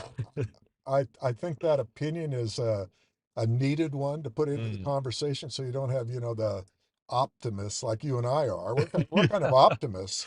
We have owner's bias, We right? we, Because we have all we kinds of, spent the money. well, all human beings have bias, but Yeah, that's yeah. the fun of it, is dealing with those biases and Sure. kind of trying to find what the facts are. Yeah, yeah. And that's a very difficult thing to do. So Mm. I do agree with the goldfish. Without the D, but yeah. Goldfish. Goldfish. Okay. Well, I do agree with goldfish that there is a little tragedy about to happen, Mm, that when these things hit the market and they get cheap and people who don't have money buy them, that will be a tragedy. mm. That, Yeah. because you got to have a certain float to make Mm, this work. yeah. But I think it'll be really you said the interesting. other day, and you're right, you cannot beat the price of an older ICE car Oh yeah. that's been taken care of. And Too they're around. way too You can't cheap. get cheaper than that. No. No. Not yet at least. It'll be interesting if we get to a point where you could get a used EV around that price. Well, it'll be interesting to see what happens with the LFPs, for example. I think that's why I disagree with Goldfish. At least based on cycle life data. I'm fairly confident that degradation on LFP is going to be fairly minor, even 10, 15 years into ownership. I could prove out to be totally wrong, but I've seen people with, I have a relative with a 2015 Model S because it has unlimited Yes. Yeah. charging. So he drives that thing like crazy and he road trips it up here to visit us. And, that's going to be 10 years old next year. And I asked him, I said, how's your battery doing? Has it needed to be serviced or replaced? Or he said, no, it's great. Very little complaints with it. So I think there's better than expected cycle life on even some of those cylindrical, 2170 Yeah. cells or Yeah. 1865. Some people I've seen Model 3 and Ys that put 200,000, 300,000 miles on them on the original battery. And a lot of gas cars don't make it Well, that you far. got to be, honestly, when you start getting up in that mileage, you have to start thinking about chassis too. Oh, sure. There's I all mean, kinds of other problems that come yeah, in. I mean, Yeah. let's face it, 200,000 miles with that suspension and Oh, the yeah. brakes, and not to mention deterioration, all Sure. those things. At some point, you really want to get rid of it. Yeah. I mean, Yeah. and if you don't have a right to repair situation, True. oh That's another boy, problem. uh, Yeah, who was it? I was talking to someone about this. Um, I'm more concerned about like within our first year of ownership, we had a seat occupancy sensor in our Model 3 go out, and that needed to be replaced. And I was thinking about, oh, geez, what would that cost out of warranty? Or I'm not willing to deny that there's a ton of servicing that different EVs need. I'm just not convinced that the battery pack is usually it, just because I know those early Model 3s, ton of them had control arm issues. yeah, And yeah, I saw lots of people report, I'm on the same battery for 200,000 miles, but I needed new control arms like yeah, two or and three times. let's face it, from the owner's perspective, whether the battery goes out or the front end gets wobbly, your car's out of service. Yeah. So Yeah. it really doesn't matter how it breaks down. Mm. And I get weary of the discussions about ICE cars versus, battery operated cars. Hmm. The There's a place for all of this. I have a diesel pickup and I'll never get rid of that, because Yeah. when I want to go to the dump, I don't Yeah. want You don't want to take your to, big fancy no. Rivian to the And, dump. it's got Sure. cork coming out its ears, and Hmm. and it's a Dodge, and Yeah. it's got an engine in it that's twice as good as the body. Right. Sometimes it's just refreshing to have a, you know, a beater work Yeah. vehicle. Oh, You don't care how it looks or how it ages, as long as it functions. absolutely. That's refreshing. I want to And get to that point there's with my another Model 3. other side to this too. Okay, you spend your money the way you want to, Yeah. Yeah. and you take That's your the American chances. And way. I mean, I'm not looking at the other guy and going, "Oh man, what an idiot! He has this." I don't know his circumstances. Sure, sure. People have different tastes, different priorities. Um, I have a friend that's planning to get an R1S who may be interested. I'm not in the market right now, waiting to see if I can afford Cybertruck when my early reservation comes up. Yeah, I Well, think, I got to tell you, if somebody handed me $90,000, I'd probably sell it even yeah, now. yeah. I mean, You and know your price. they would get a little deal, but not a great deal. Sure. No, it's But still 90. this thing is like really perfect. No, I can attest. It feels like you just drove it off the lot. But I'm not on the market. But Yeah. honestly, I'd probably sell everything I have. Because I like being in the market. I like buying in them. I like buying. Oh, I yeah. like being engaged in that. That's the fun And part. frankly, I don't use it very much. I mean, it's 3,000 miles in 7 months, right? Right, right. Well, I can understand. It's not at this point, it's not the great road tripping machine that it could be with the But right I think charger. it will be someday. But I do it's too. going to cost you. Yeah, yeah, It's not going to be free. that's true. Um, I'm not gonna. What does he say? I wonder if the congestion will be bad at Tesla superchargers once every other car can charge there. I was thinking the same thing. And I was at a Tesla supercharger the other day, and it was like, yeah, moderately busy. It was easy to get a Yeah. station, but I thought, man, if you added everything else, what if Ford's going to come on first, right? Right. Who's the other one that's coming on first? I think GM was net. Well, I don't know because I don't think they're gonna roll out adapters based on who announced first. It might just be Well, all at I once. think it's all based on their contracts with Tesla, frankly. Yeah, probably Ford first. I think Ford's early in the game. But that's the funny thing. If you look at EV market share, like Tesla outweighs Oh, everybody else combined. well, they mess up the graph. Right. They're so long, you can't see the others. Right. They're so behind. So I try to tell people when they get worried about like, oh, the supercharger's getting clogged, I'd be like, you should be far more worried about Tesla clogging up superchargers than Yeah, non-Teslas. but they got systems they're going to use to get this taken care of. Like, Oh yeah. they're going to start fining you if you go over Yeah, 80%. the They'll give you, congestion fee. when they got a line, it'll be you get 15 minutes. That's it. You can see this coming. Sure. Well, the truth is, even though there's not as many non-Teslas as Teslas, the charge port location I do see causing some There'll be an issue for frustration. sure. A Rivian will be a good one to bring into the charge port. I mean, Mm, but it might not take the port that the parking place was designed for. right. So that's what I'm concerned about because you'll be occupying one stall and charging off another. So if a Tesla's routing to that charger, they'll see, oh, there's a stall available. And then But they it's get there not and it's not available. really there unless you gotta park some crazy way to Well, tuck them all in there. people are going to have to start learning to talk to each other at the charger, and I mean People don't like doing in that. a civil way. Not, Yeah. I don't know. I don't have any problem with it, but Yeah. I look pretty harmless, so nobody thinks I was trying to rob me or something. Well, I've But noticed that at Tesla chargers, people, and I've seen people online talk about this Tesla culture. They don't want to talk to each other. yeah, People at Tesla chargers are always like, "Don't look at me. You don't exist." I make them talk to me. I'm kind of bored, so I walk up to the car, and it's interesting. And I have something I really want to ask them. It's not like I just sure, want to sure. chat. Of course, I'm like a nightmare to them. Like, oh, here comes some old retired guy, and he's gonna just want to talk and talk and talk. I love it for live streams. It's perfect. It's great to have someone to bounce Well, ideas off of. it kind of alleviates that part of my life that I don't have anymore, which is to do business. Sure, sure. If you can call this a business. Well, it certainly is a But yeah, I think my sister once said, do all Tesla people have like an international hand sign yeah. when they drive? And I said, yeah, it's the middle finger. That's what I was thinking. Yeah, they get Yeah, out of my way. Don't yeah. talk to me. We're all really friendly. I feel like I think it was a channel called Tech Forum, and he said um he likes his Tesla, but that was one of his least favorite parts about it was the community. he said Tesla people just did not want to talk to him. And he was a social guy. He owned non-Teslas Yeah, too. And he said, whenever I take my, he had an electric Mini Cooper. And he yeah, said, whenever I charge that, everyone wants to talk. They're like, oh, what do you have? How do you like it? How's the size? Or, people want to compare their brands or their models or talk about how terrible EA is. But then the Tesla chargers, everybody's just like, we all have the same white yeah. Model It's 3. become just very utilitarian.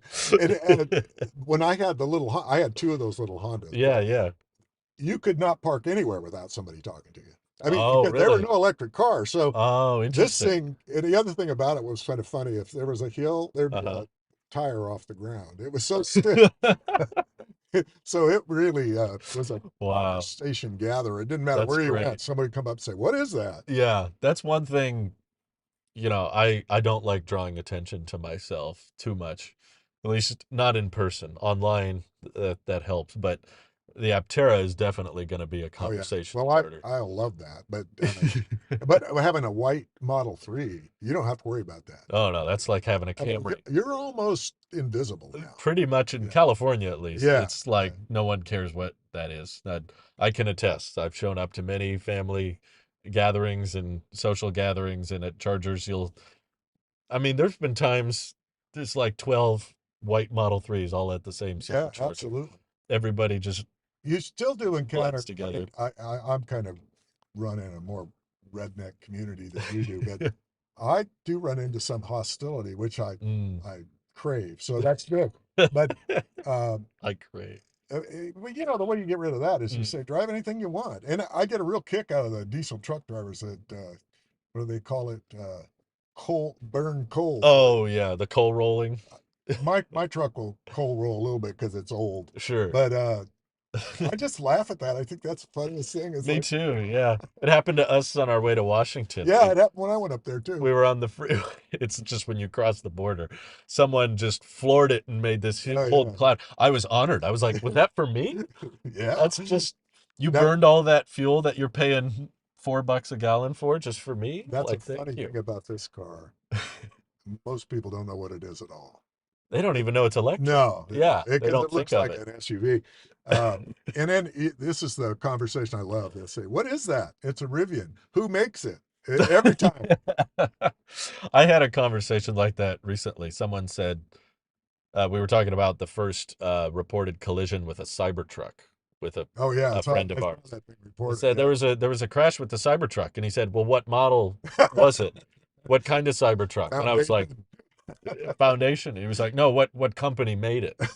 He was of the belief that Yeah. any electric truck was considered a Cybertruck. Well, let's just say this: we are all ignorant. And so people who just don't know, that's just being ignorant. And there's not a thing wrong with being ignorant. I mean, because Sure, that's how we learn things. I mean, that's true. that's the Yeah, that's a interaction that good point. occurs where we learn things. So Right, I don't right. look down my nose at someone that says, "What is it?" I take a little time with them and say, Yeah, they're like, "What's it?" And then they'll ask questions like, what's the range is always a question you get. mm, And I tell them honestly, yeah, I don't try to sugarcoat it at all. that's They go, great. "Well, that's not very far." And I said, honestly, I I don't don't go that drive very far. far. You Sure. know, I think that's great. You're optimistic, but you're also realistic, which is basically just real, well, we're you not know? there. I mean, think about the cars in the 70s Oh, when we yeah. made the transition to trying to take care of smog control. Oh, Those cars right. were horrible. Yeah, yeah, Horrible. They had sure. 400 cubic inch engines at 150 horsepower and got 15 miles to the gallon. Oh, yeah. If you've lived through that, Oh, sure. well, and then what about the gas crisis in the 70s Mm. where everyone was lined up? It was talk about range anxiety. Oh, right. Anyway, And those huge speed limits they what apply everywhere. happens is life for human beings is pretty much the same for everybody. Yeah. We have the same challenges as they did in the 1800s. Some of theirs were far worse, Oh, but sure. but as human beings, we have the same issues. Mm, that's true. Yeah, well said. Uh, some are saying they might just allow V4 superchargers, which have the longer cables. That Yeah, should alleviate a lot. I think we're getting one in Roseville. really. I saw one going in, Yeah, I so heard they that were might doing be it. fun. Um, Goldfish says to get a quote from Car Soup. Oh, Fish. That's how he pronounces it. Get a quote from who? There's a website, I guess, called Car Soup. Oh yeah, I've never heard of them. I don't I don't trust those people. know. Yeah, What are if I, they? I can't look them in the eye, I'm like, nah, I don't know deal with I never understood how that could sell better because they're trying to flip it, right? They're you. not, Yeah, well, I'm like the horror story for a buyer. I don't care if I sell. right? So that's not good for a buyer. You're not looking for a screaming fast sale, which is Not what no. other people are I'm looking for. prepared just to keep it forever. I mean, I Yeah, really am. So yeah. that's not a. I'm not losing any sleep over this one. Good, good. No, I think I got a Harley Davidson I might want to sell, but sure. Yeah, you've bought and sold a lot, right? You've been yeah. In fact, what there was kind of funny things happened that uh-huh. on Marketplace they could see my history of what I sold, Mm. and people would ask me if I was a dealer. Oh, yeah. I've seen that on Marketplace a Yeah, they lot. say, "Are you a dealer?" I said, "No." Where'd you Yeah. get that idea? They said, "Well, you've sold a lot of cars and motorcycles."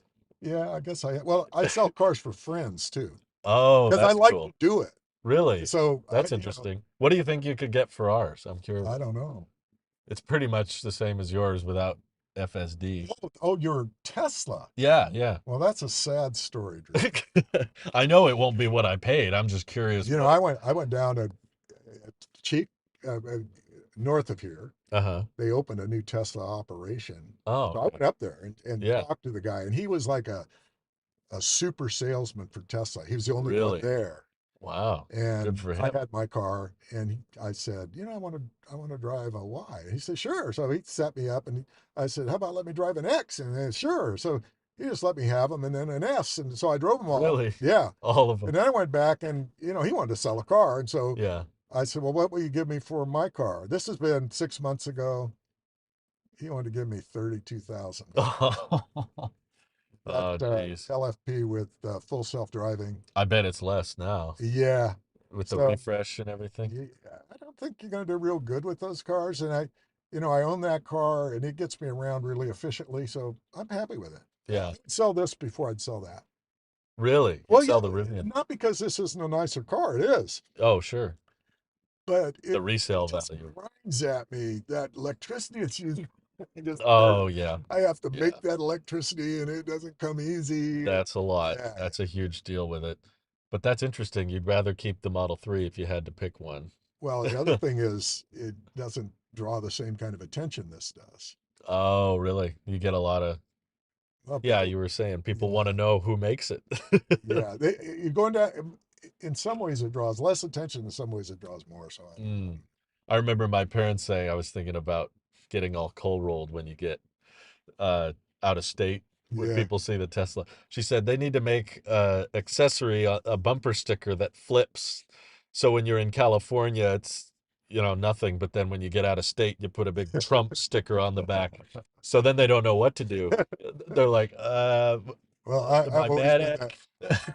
I've always been that guy. I mean, people draw conclusions about you when they see you, and Yeah, with me, yeah. they think I'm a truck driver who's retired. Uh-huh. And when I had the Fiat, I drove into a Dodge dealer one day, and I got out, and some guy comes out and says, "I'd never seen anybody that looked like you get out of a car like that." So I don't have I any. love that. I That's just great. love the engineering of these cars and Me you know, too. people take companies taking chances with them. They're out there kind of on the edge, and Hmm. they know they're going to have a small market, and they do it anyway, and that's cool. That is cool. I admire the people that are willing to risk it and, try something dangerous. Even if, because I know there's this huge debate surrounding Aptera and like, will they make it? Can they get funding? Can they get to production? I still think it's great that we're even exploring like, okay, how efficient is too efficient?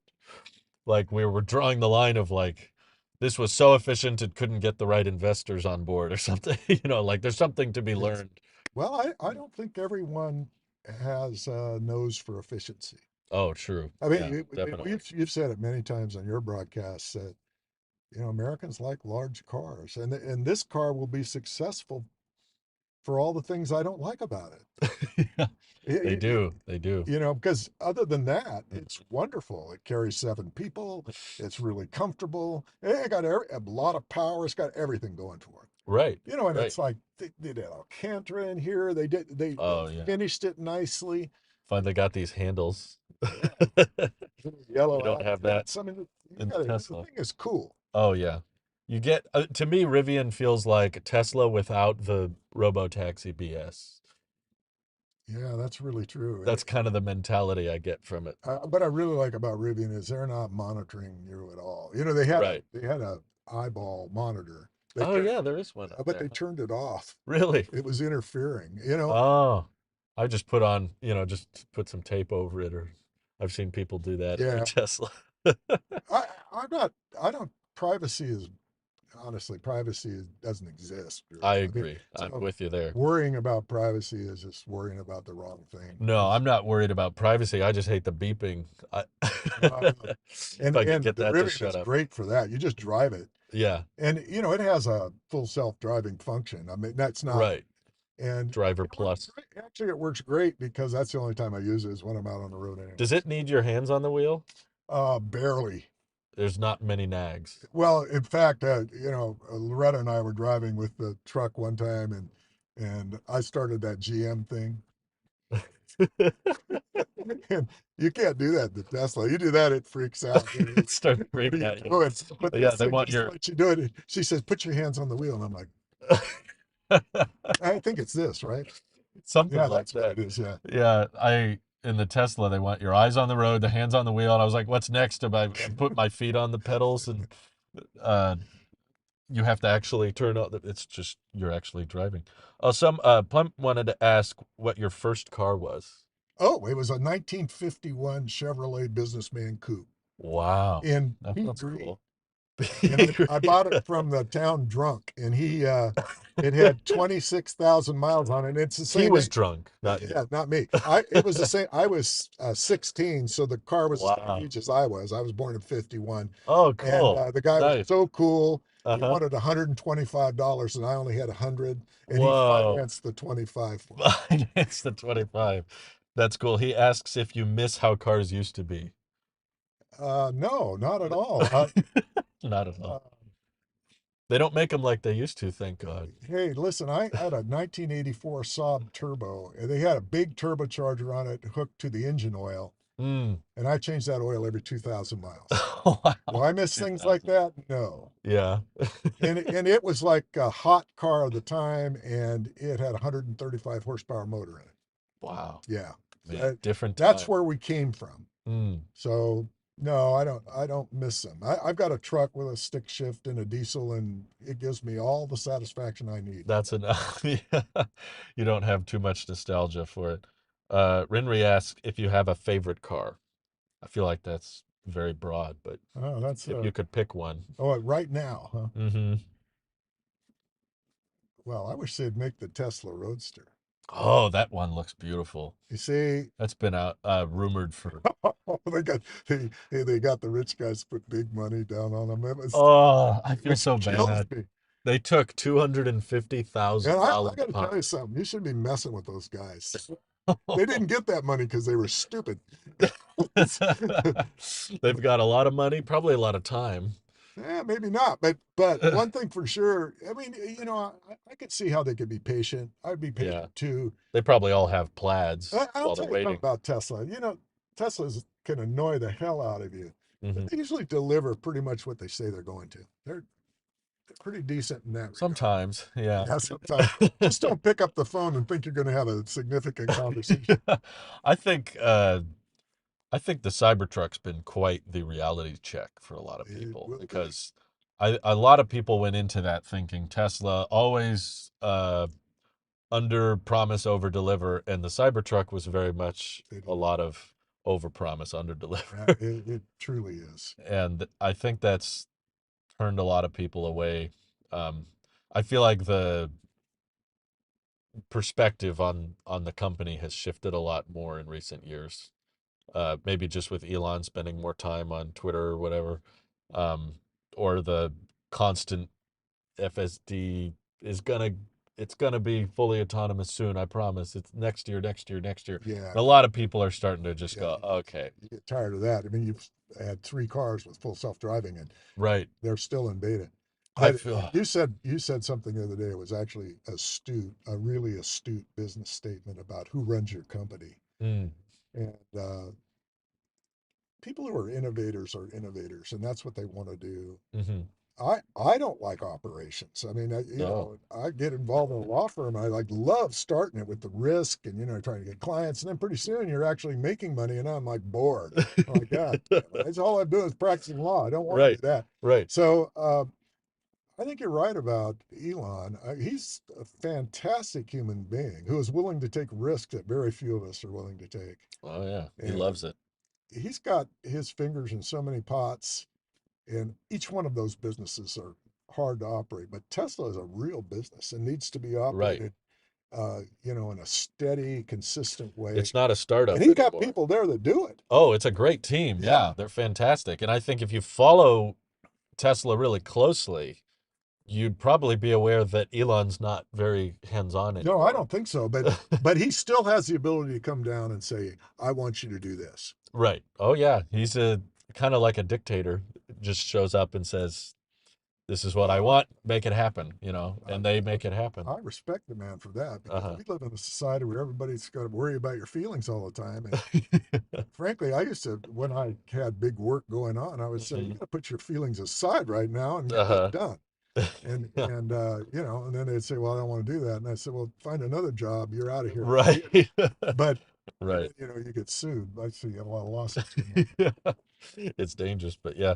I just think if you believe Elon spending time at a company helps it, then you also have to believe that the more companies he's a part of, the less he can help each one. Yeah, for sure. Because there's only so much time in the day, like there's only so much you can really do. I don't even And know if he has to show up. If he's connected with oh, I something, it's doubt got to it. take on a certain tenor, isn't it? Yeah, I feel like he's probably just texting people or tweeting, Tesla should do this. All right, guys, big man said we gotta. Well, I think that's the way it goes. Yeah, Yeah. it's a lot of just I idea based. think he's too hesitant about saying, "You don't want to do what I don't do, then get lost." Right, Yeah. right. Yeah, I wonder if there's a point where that starts to hurt because every time he's at Tesla, it feels like all of his attention is on Robotaxi. That's just everything.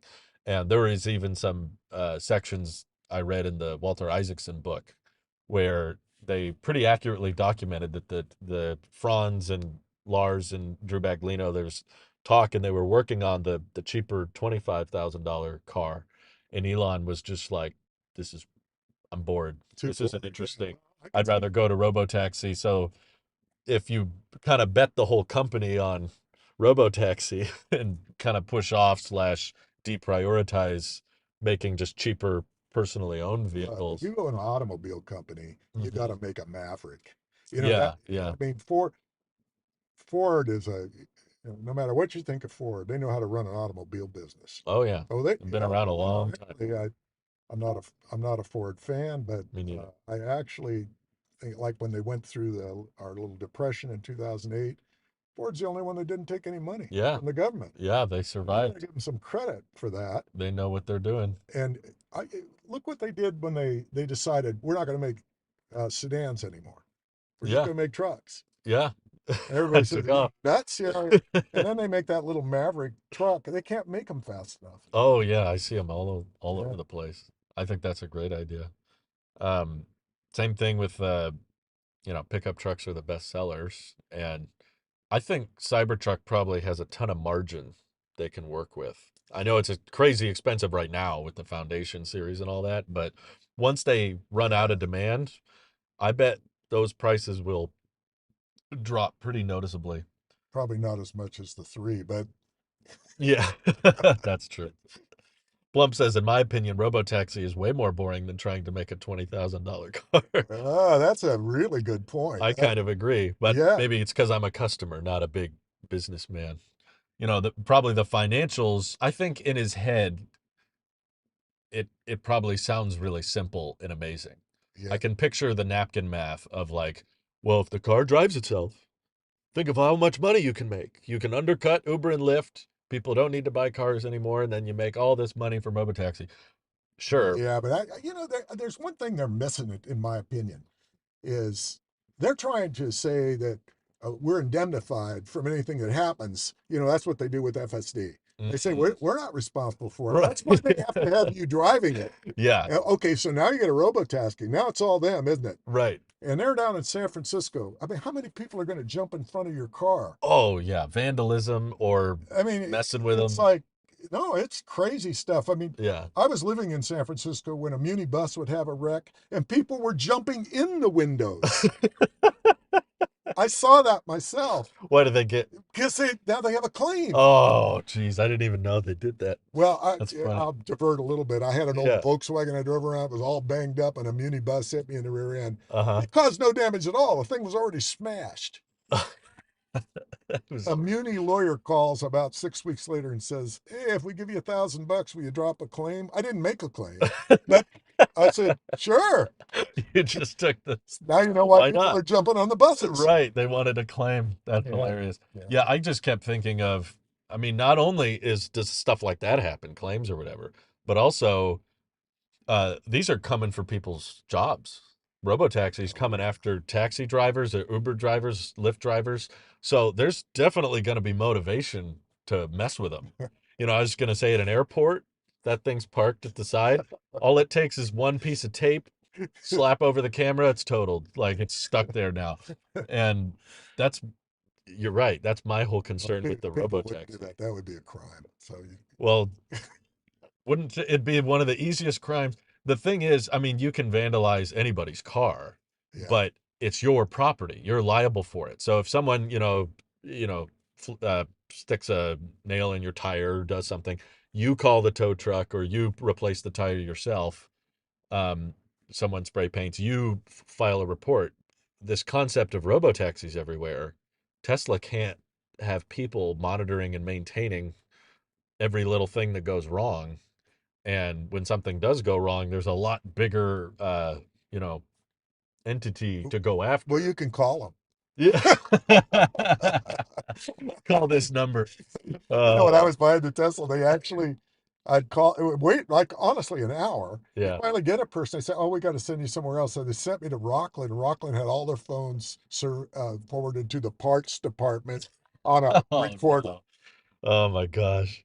Yeah. It actually is so out there that it's funny. Yeah. Yeah. No, I think the other thing that I keep reminding people, because I still see some people that say, people don't realize the robotaxi fleet is about to be unlocked. It's about to take over. I was like, people don't take good care of things they don't own. The public transport is never, it's great where it is. You ever And ride a bus? I've never taken a bus and gone, great, I don't need a car anymore. I've never had that reaction. I used to take the bus to college from here, and it still never made me go, oh, great, Well, no more you car. remember John Candy and Trains, Planes, and Oh, Automotive? yeah, I love And he that. says to Steve Martin, "If you didn't like the train, you're not going to like the bus." That's right. Yeah, public transport is a whole nother Oh, yeah. can of worms. There's all kinds of videos people record on subways and all that. It's unless you're planning on just banning the sales of cars, there's going to be demand for cars, even Absolutely. in Well, places with great public transport. yes. Yeah. Yeah. People people want their own space, their own style, their own music, their HVAC and all that.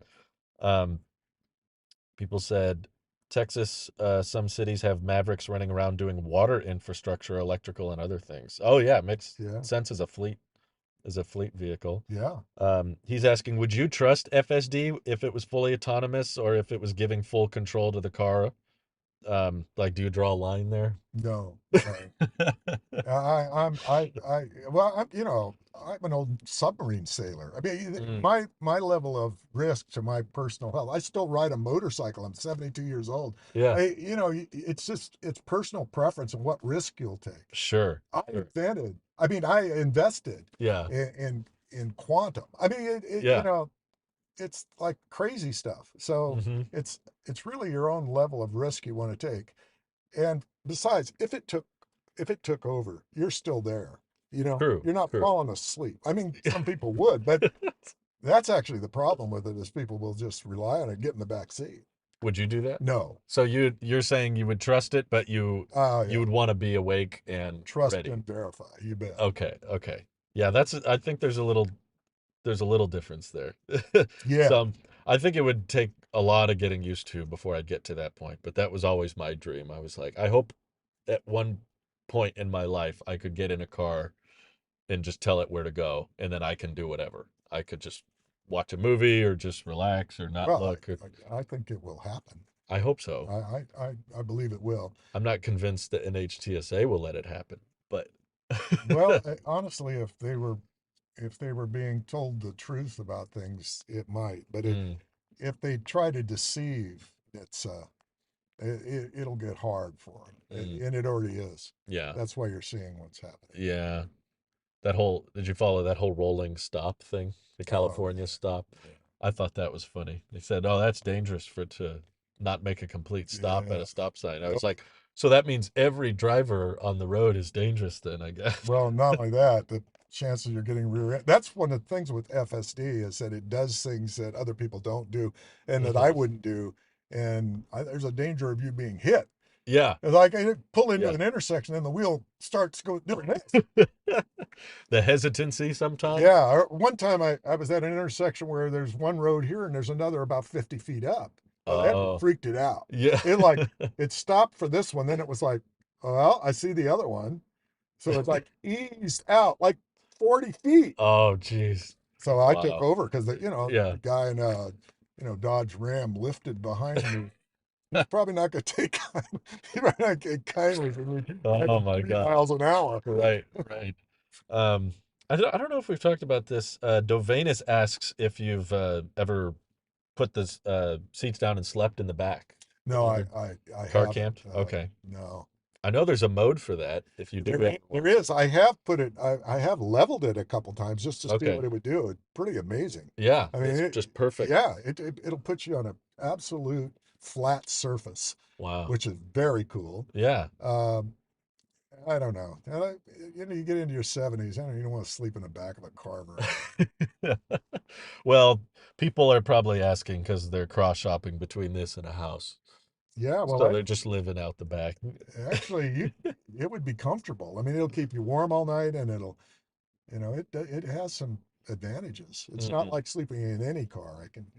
Yeah, I haven't slept in it. Yeah. I haven't I've slept in the front seat of my Model 3, not while driving, but we've done some overnighters where it was just like the hotel's right there, or I can just lay here. Yeah, you just want a couple hours. Yeah, I just needed a few hours. But you were mentioning, is your answer for favorite car potentially the Roadster? Well, I would want something pretty exotic. You start Yeah. favorite car. I mean, I owned a Dino once, and Mm. uh, I always wanted a Dino, and I paid a lot of money for it, and I was driving it to work, and I never got out of first gear, and it was really jerky, and it got about 10 miles to the gallon, and it had brakes that would just put you through the windshield. And I thought the dream was a nightmare in a way. I uh, was better off with a Honda. it was great on the outside, but And it was great if you were going over 100 miles an hour, but driving it like a regular car. right, But that's the right, thing about electric cars. They can have huge performance and still drive really well. They're right. really compliant. Like Yeah, this thing is a monster, yeah, yeah. but you can drive it easily. Yeah, that's what I've loved about it. It's just like kind of better in every way when you think Yes, about it. yes. Um, People have said they've car camped in the back of their Model 3 a couple times. Surprisingly roomy. Yeah, it's not bad. It could do it. Um, do you think the Roadster's ever gonna happen after so many years of Yeah, I think it will. And I think okay. when it does happen, it's going to be a real super car. I mean, Yeah, it has it to be. it's going Live up to to the hype. it's going to make a Lamborghini look like it's second rate. I know they talked about I I don't know if you saw it, but at one point I just suggested I think they should just scrap it Yeah, I heard you say that. because I mean it's beautiful and I want it to exist. I don't want it to go away, but I just keep seeing how Tesla handles changing demand. And whenever they can't find enough buyers for something, they're always so quick to just be like, Yeah, eh. except that I think they're locked into this. I Because of the reservations, or Well, the reservations and also, well, even in our conversation here, we've there's a tenor that they're not fully reliable. mm, That's what the undercurrent is here. mm-hmm, And they don't produce that car. That just adds to that. that's It true. adds to it at a very high level. Mm, Now, then you get to this question: are they a technology company or a car company? If they want to be a car company, they're going to have to produce this. yeah, yeah, it's true. Because GM produces that Corvette, and they got to keep doing it because it's not a profit center so much Mm, as it's it's just the a beacon brand, yeah, like of the a brand. loss leader type thing. Well, I think they make money on the Corvette, but Oh, okay. and I don't know if they'll make money on the Not the first 84, because no. they promised to give all those away for free to all the YouTubers that got enough referrals. I So they made sure all the millionaires get a free one. wouldn't hold my breath. Yeah, I I think there's a good chance that falls through, or they find some loophole. Kind of the hilarious one I was thinking of was, you know, they've talked about this next gen vehicle platform, Yeah, as in there might be more than one. I said, what if Tesla just made like a two-door affordable coupe yeah. that happened to kind of look like the Roadster, and it's really cheap and real basic and, one motor or something. And they say, well, this is the one we'll give to all the YouTubers. We'll give them all $25,000 free Roadsters. Hey, you come with nothing. Hey, be humble. Right. Could they complain? This isn't what I wanted. I don't think you're getting the Roadster. Yeah. I do think there could be an advantage there, because I keep thinking about people saying like they want to make a cheaper car, they want to go lower end, and I keep trying to imagine, how do you not cannibalize your Model 3, Model Y market? How do you differentiate it, in features? So I thought Yeah, maybe, you don't want to make products that compete against your own product. right. You try not to do that. So I thought if you went cheaper than a Model 3 with, small, efficient battery pack and just two doors, maybe there's a back seat like a Mustang or a Camaro. It's not the most roomy thing in the world, but it's probably pretty small, efficient, aerodynamic. You could get 250, 300 miles of range out of a 50 kilowatt hour pack and Yeah. sell it for, all those castings. Try to simplify everything. I was like, maybe there's more justification if it's a high volume Well, roadster. if Aptera starts producing, you may see that. Yeah, I think so. Without Aptera, I don't know that there's any reason for them to do it. Mm, yeah, But it'd be they cool. don't want Aptera sucking cars to sales off them. I mean, True, true. and they would. Mm, Well, to I some think, extent. yeah, there's certainly a There are going to be a market. lot of people going to be afraid of the three-wheel car. Oh yeah, there's just a natural Yeah. hesitancy with any auto cycle. But I mean, I keep hearing people say I need to see the crash test, and I'm like, I don't even think you're gonna believe those. Even if it performed great in crash tests, I bet people would still go, I don't know about that. Well, I'm a believer that people should trust their gut. I mean, Yeah, if they feel insecure in it, they shouldn't buy it. yeah, okay, it's fair enough. That's their choice. Um, er, I was the camera zooms in and out because we're on some center stage mode, by the way. Um, oh, and people are complaining about they're tired of Tesla removing controls. Oh Did yeah. that turn you off a little bit from the new Model 3, or? Well, the X has those controls in it now, Oh and yeah. and so So you got to try it. I drove it, Uh-huh. and you know what? It didn't take very long that I got that. You That's know, how I felt. yeah, it was like it seems like something you'd like to keep. I mean, I feel that way myself, but Yeah. honestly, when I got in, it wasn't there. You adjust to it, and it had yoke steering too, and that was like Oh no yeah. big deal to me either. I So, know. People online make that sound like it's the yeah, but I was biggest like, thing. some things are nice about it. It's not Yeah. terrible. I loved it. We got in Colorado, we test drove the S, and that had the same yoke and buttons and all Yeah, that. And I adjusted like that. I yeah, was like, "Oh, I could live with this." Um, but online people make it sound like it's like you're relearning how to drive or walk all over again, well, starting from scratch. let's just say one of the challenges we have as human beings is to maintain some flexibility and some wonder that you had when you were a child, Mm. and not get into a pattern that you sit there and get a full diet of some news stream, Yeah. and then you talk, that's all you talk about is that, Hmm. and then all you talk about is all the health problems you have. Yeah. Get over it, Get over it. you're going to have them. Yeah, Get yeah. over it. And Sure. so getting in new things is really good for your brain. I mean, it Mm. just is, to have the flexibility to say there isn't one way to do something. Sure. This is, Well, I think we could all listen to that knowledge a bit better. I think you give a lot of hope to people because they're used to EVs being accepted by maybe younger generations and they think, people don't want to change the way they do things. But you're coming from a very different, car market upbringing, yeah, but you're well, still really open I've to always learn. been interested in cars, but Yeah. if there's a better way to do it, why not do it? Right. Yeah. You're open-minded to it, which is refreshing because we don't see a lot of that. Well, So, of course, my friends are like, you know, they won't drink anything but Folgers coffee. I mean, so, when they get in there and they start bad mouthing EV, I don't care. I mean, they're sure. entitled to their opinion, Yeah. but it always comes down to this. I said, well, why don't, and they all drive hot cars. I said, well, Yeah. let's go out and race these cars. And none of them want to do it. No, they don't They bother. know what it is. Yeah. They're well aware. Um, some people were asking if you'd heard of the Tello startup company. Did you Yeah, catch that video? I did. They're very early, but a lot of people are fascinated by the concept. I was really interested in that video. That Hmm. the reason I liked it is, and the reason I'm drawn to your stuff is that you have an optimistic with caution attitude about all Mm, this. And uh, actually, I was thinking when that was on that that's kind of the Maverick pickup of EVs. right. Yeah.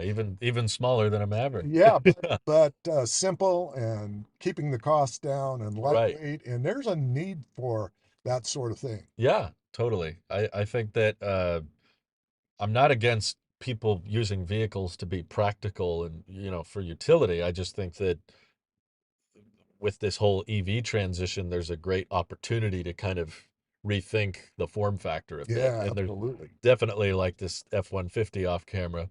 My neighbor always drives. I've never seen anything in that bed No. in all my years. Well, And there's a whole style thing that's associated with that. oh yeah, a You lot of know, people, cars are often emotional purchase decisions for a lot well, of I have people. to And say that if I'm going out, like I'm going to buy something from somebody, I don't drive this. I drive my old pickup, yeah, and yeah. I wear kind of shabby clothes. Sure, You don't sure. want to, you don't want to be flashing money. Yeah. It's like playing poker. You don't go down and play poker and have your Right. diamond Yeah. watch on.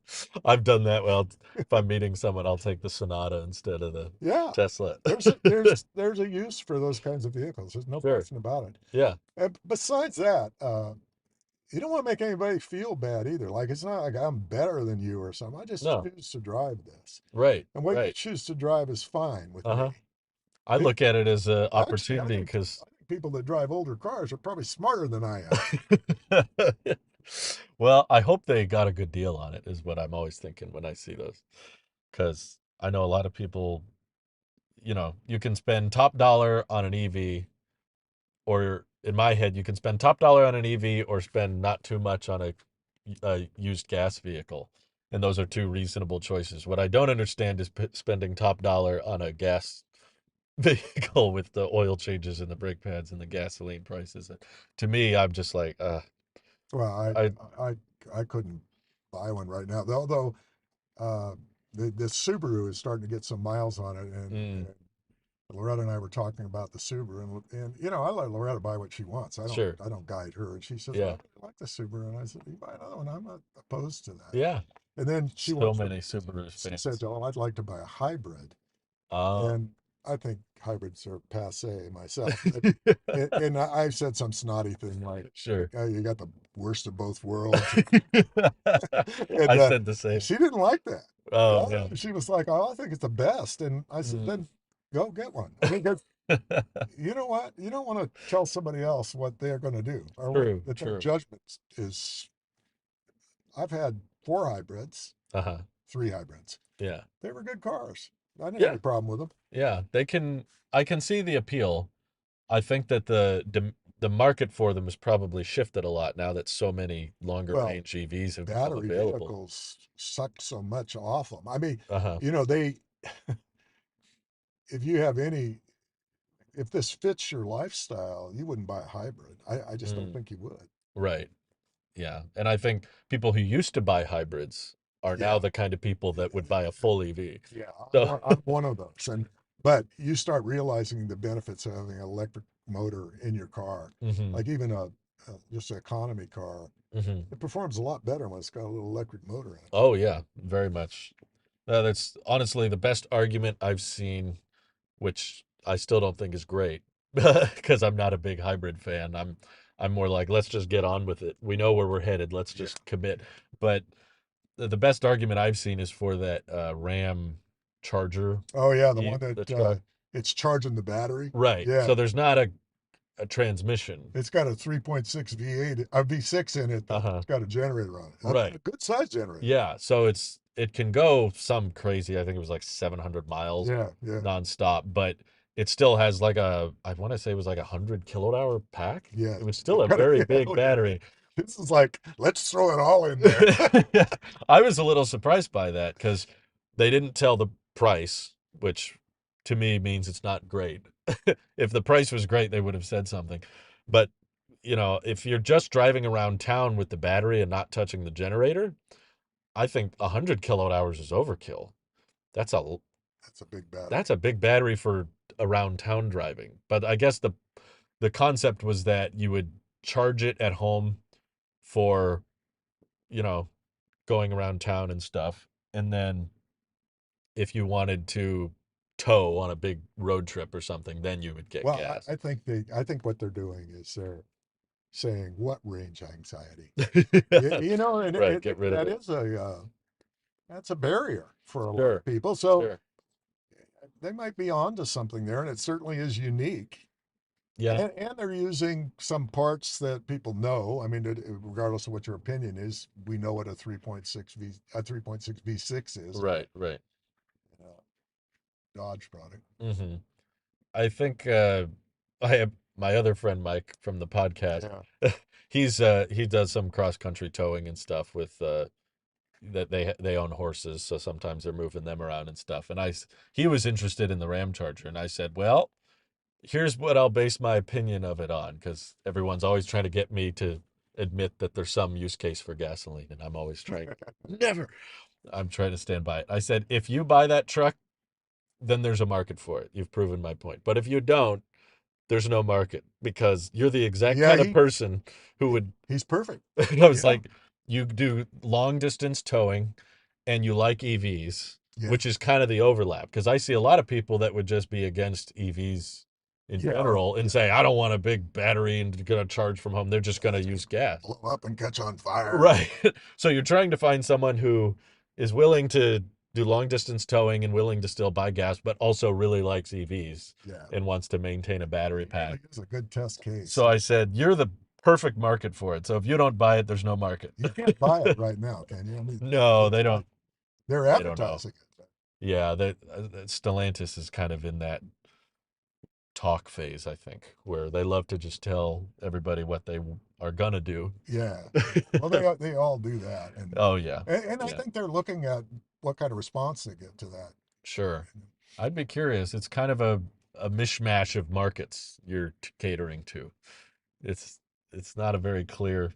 The 'Cause I auto know a lot of people that just said, I don't want any kind of engine. the auto I don't want to business is a rough business. very much. Yeah, You can, I mean, a lot of people act like they're they've reached this wonderful genius conclusion that a startup company isn't going to make it. It's like you could any car company, old or might new, not make it. Yeah, you can just if any car company appeared and you guess that they probably won't make it, 99% of the time you'll be right, well, just statistically. I got to tell you, this I'm going way back now because I was a kid when this happened. But hmm Studebaker used to be a big player in the auto Mm, industry, and there Studebaker. was a fellow in my little town who he never worked. He invested in stock, and he was going around town telling everybody buy Studebaker now. Oh boy. And they went bankrupt, and he started doing lawn work. Oh, But that was a good example of everyone was feeling secure that Studebaker was always going to be a player. Yeah. Well, how about Oldsmobile? I mean, they were there. They come and go. Yeah. If you think that they have good years, I mean, and they sell a ton of cars, I make a ton of money. Yeah. That doesn't mean they will next year. True, true. I think Tesla's acting like that still because they reported some great profitability in the last few years, Yes, they have. but they still have this, they have their Well, battle scars from production hell and the no, recession, they've and been through it. they're still cutting things But and trust me, taking things out. they have a different market now. Oh yeah. They're at 8%. And that's the tipping point. At Right. 8%, that's where now the buyer is a family man who's going to finance his car. Mm-hmm. He wants stability. He wants it to work for him. He Mm-hmm. doesn't want to pick up the phone and call the parts department in Rockland. He wants to talk to somebody. And Yeah. and and actually I see them, they're changing right now. I mean, Yeah. Tesla's starting to move in a little different They direction because started advertising. yeah, they're going to have to. I felt weird about that. I was kind of against it for a long time because I just thought, there's reasons people don't go electric, but I don't think it's because they're not watching the right Super Bowl ads. That, I think you're right to an extent, but mm, and we agree on this. I uh-huh. can't convince you I'm right. There's Yeah. not a way I can do it. But with advertising, it's a little different. You got to introduce people to it. Hmm. There's a whole lot of people right in the center. Yeah.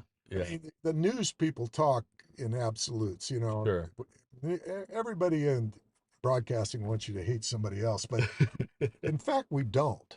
Yeah, most people are more center than they We think. just don't do that. And Yeah. and there's a lot of people out there. They're looking for a new car, and they're thinking that gas price is going to go up someday. Hmm. And actually, you see what's happening in the Middle East right now. It's going to happen pretty quick. Yeah. Yeah. And right now, the gas prices aren't bad, and so everybody's like, "Oh, those electric car people are stupid." And I feel a little stupid when I pay 48 cents a kilowatt hour to fill this thing in. Sure. It was $50. I said, "Gee, I could have filled up my car with it." But Right. yeah, But a lot of that I do believe is just confirmation bias. It's not so much they absolutely. they looked at all the evidence, they did all the research and concluded that an EV was not the right. No, they just didn't want to change what they were used to. The hardest thing. So Yeah. they will cling to anything that supports their Yes. Oh, yeah. preconceived viewpoint, and I'm guilty of this as We well. I all do are. the That's same thing. being a human being. As a human being, you're right. I'm biased towards the next thing basically.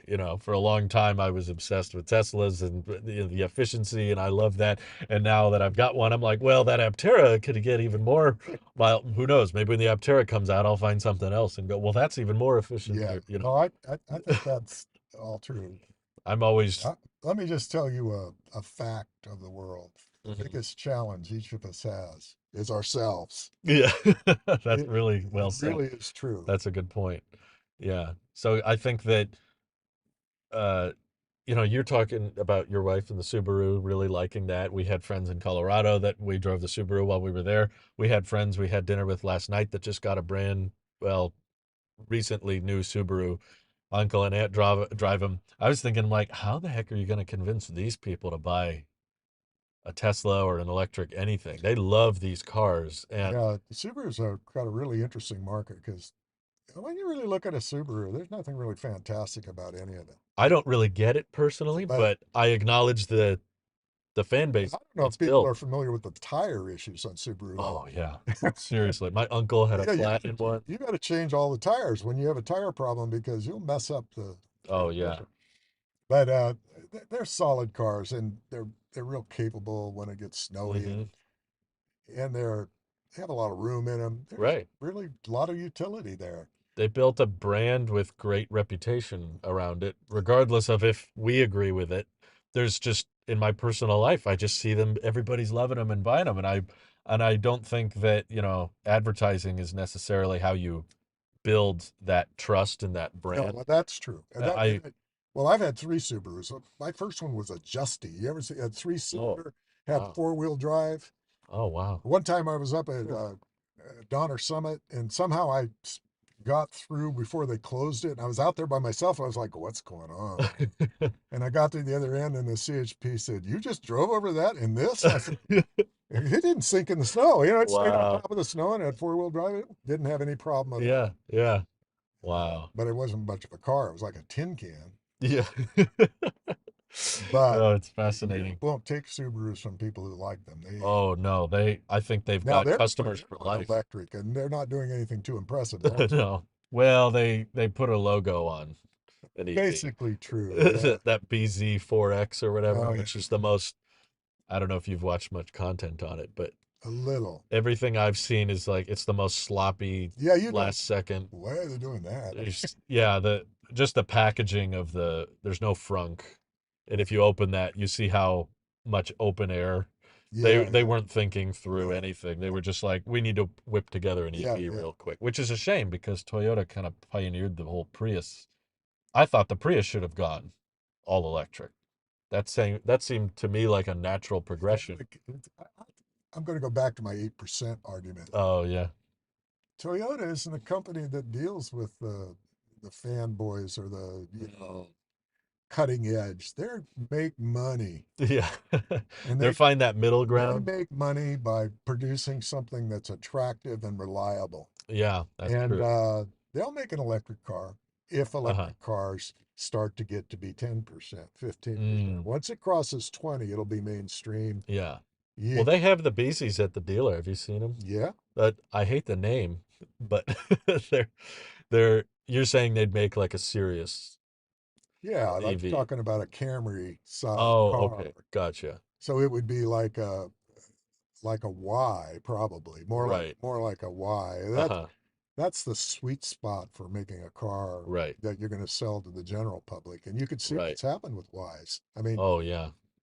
from my perspective as a car guy, I see the benefit of a Y, but I still like a three better. Me too. Yeah. Just aesthetically and Yeah, yeah. efficiency. It's a prettier car. Yeah, the Y to me, I love it and I understand why it was so practical, Oh but yeah. I still see compromise when I look at it. I still see like we needed to modify the Model 3 a little bit for the wider demographic. And that's just and I've ridden in them too, and I feel the same way. It doesn't feel much different from the 3 on the No, no, inside. real similar. They probably could have branded them the same car. They could have called it the Model 3 hatchback. Yeah, it could And have. that would have ballooned up their delivery numbers, I bet, a lot if they just Have classed you it ever all. been in an X? Oh yeah, yeah. Well, I'll tell you one thing I like about the X is that windshield Oh, I wiper. know. Wow, that is That's my so cool. favorite part. Yeah, it's expensive. Um, Not so much anymore. It's come down a lot. I meant the windshield. Oh God. If you crack that Oh, thing, it's got to go all the way back. Yeah, it's come down a lot now. It actually that base model qualifies for the credit. isn't that something? It's like they were trying to find a market for it. They kept kind of trickling down the prices until eventually they I remember they tried with the standard range, Yeah, which was just a software limited pack. It yeah. was the exact same hardware. They tried that for like 3 days. They said, "Here's the No one standard ordered range," and it. everyone went, "No." No way. And then they just immediately got rid of the standard range. I wonder if anyone actually bought that. And then it immediately jumped down to the 80K limit, so it qualified. And then they removed all the perks from the referral program. Yeah. The wait times got real pushed back real fast. I was like, well, that didn't take long. Everybody was waiting for that sweet spot. Something clicks in people's minds with that tax credit. Even if the price isn't really that different, they still see that No, no. deduction and they go, ooh, Yeah, okay, it's attractive. I can do it now. I can justify it. Well, it takes care of, well, at least in California, it takes care of all the taxes. Oh, yeah, right. It And covers I all that. always reach the same point when I buy a car. I go, I could swing that. And then I think about the taxes. I'm like, oh, God. Yeah, yeah, there's a big cut in there. Yeah. Yeah, on the whole brand loyalty subject with the Subarus and how Tesla can try to build a, attractive brand for people to be comfortable with. I think it's far more addressing the kind of things you're talking about with customer support, having someone you can call and Well, I think maybe the call stuff, like, I'm an old guy. And I think old people like to be able to pick up the phone, call somebody. But I Yeah. have to tell you that when I'm online with Tesla, they seem to do pretty well. Yeah, that's good. You know, if like, okay, They like texting. I'm going to tell you a real stupid old guy story. They had Good. the tape was still on the side camera on my car, Oh. and I see it's like looks funny, and I'm like, but I don't want to mess with it. Yeah, you're So I like, write him and say, is hey, that here's what's purpose? going on. And he goes, I think it's tape. Yeah, And you it could was. take I that took it off. off. I was like, oh yeah, you're right. That's good to do. There's some tech products out there where people thought that it was Oh tape and it wasn't. I've heard that happen. Um, Elizabeth says ads are not one and done. It is a long game. It might take months or years. It took me 8 years to give an iPhone a try. yeah, yeah. It But could be true. that's what the marketing does, Mm, is it introduces people to it so they can think about it. mm. Yeah, You're that- planting seeds.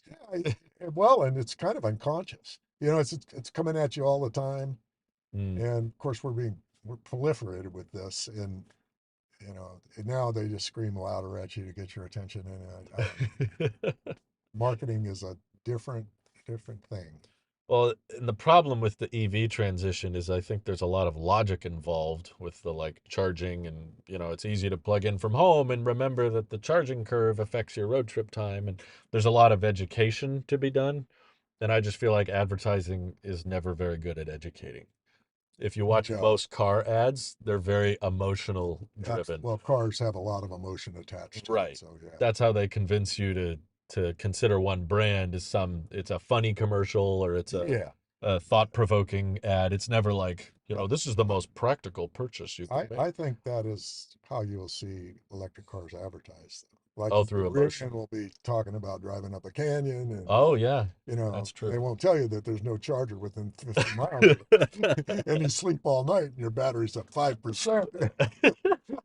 Now Right. you're terrified, but Yeah. that is Not an a logic. adventure. That's Right. for sure. Yeah, Yeah, you're right. I think Rivian does lean a bit more on the emotional I think side of things because, much more than Tesla does. oh, yeah, Tesla's very like, buy our crap, Right. you will buy this and you will like it. But I'll just say this, though. I'll go back to it again. If you get in one and you've never driven an electric car Oh, before, yeah, you will be totally. impressed. It opens your eyes a lot. You're like, where have I been? That I didn't know this existed. That's true. I actually, here I had a Camaro that was a year old. Hmm. And, I said to Loretta, I'm buying this. That was an easy sale. Yeah, I remember always being a fan of Teslas and it was like my dream car territory. It was like, that's cool, I just can't afford that. And then my friends rented one and brought it up here and finally let me drive one for the first time. And that's when I said, "Oh, okay, we need to make this happen." We're going to eat rice. Yeah. It's like, honey, we need to start saving our money. Like that was when the transition clicked in my head after driving it. It went from Yeah. dream car to, all right, let's figure out how this is going to work. We need the logistics to like, we need a plan. What are we going to get? How much can we save? And all that started. I mean, obviously, we both know now it probably would have been much better to wait. Oh, It's well, I honestly, I've always said that if I could just look ahead 30 minutes, I wouldn't have a problem in the world. And that would yeah, be true, because yeah, it's always those things that jump out at you. And true. I got to tell you, I don't feel real good about Tesla lowering the prices the way they did. And Yeah, but on the other hand, it's just a market, yeah, and you yeah, decide when you're going to buy, and you make your decision, and then you live with that decision. It's all. true. It's I not try to remind myself that of like you can only make your decisions based off what you do know, right. and we don't know the future. And I know that I can imagine all of the other problems we would have run into if we did try to just live with the Sonata for another couple of years, Yeah. because we barely used that, and it started having starter problems and all the prices we'd pay for gas, and um, there'd be a whole nother set of issues attached. Yeah, it's just a different road. You take a Uh-huh. road and you stick with it.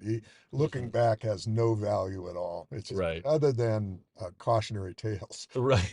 You can educate a little bit on how do I apply that to the future, but that's not, something you can ever truly know. No, So, Plum says every family has a trusted preferred car brand. I think for Drew it's Hyundai. For me it's Honda. I I don't have I never chose the Hyundai. The Hyundai came to me through the family.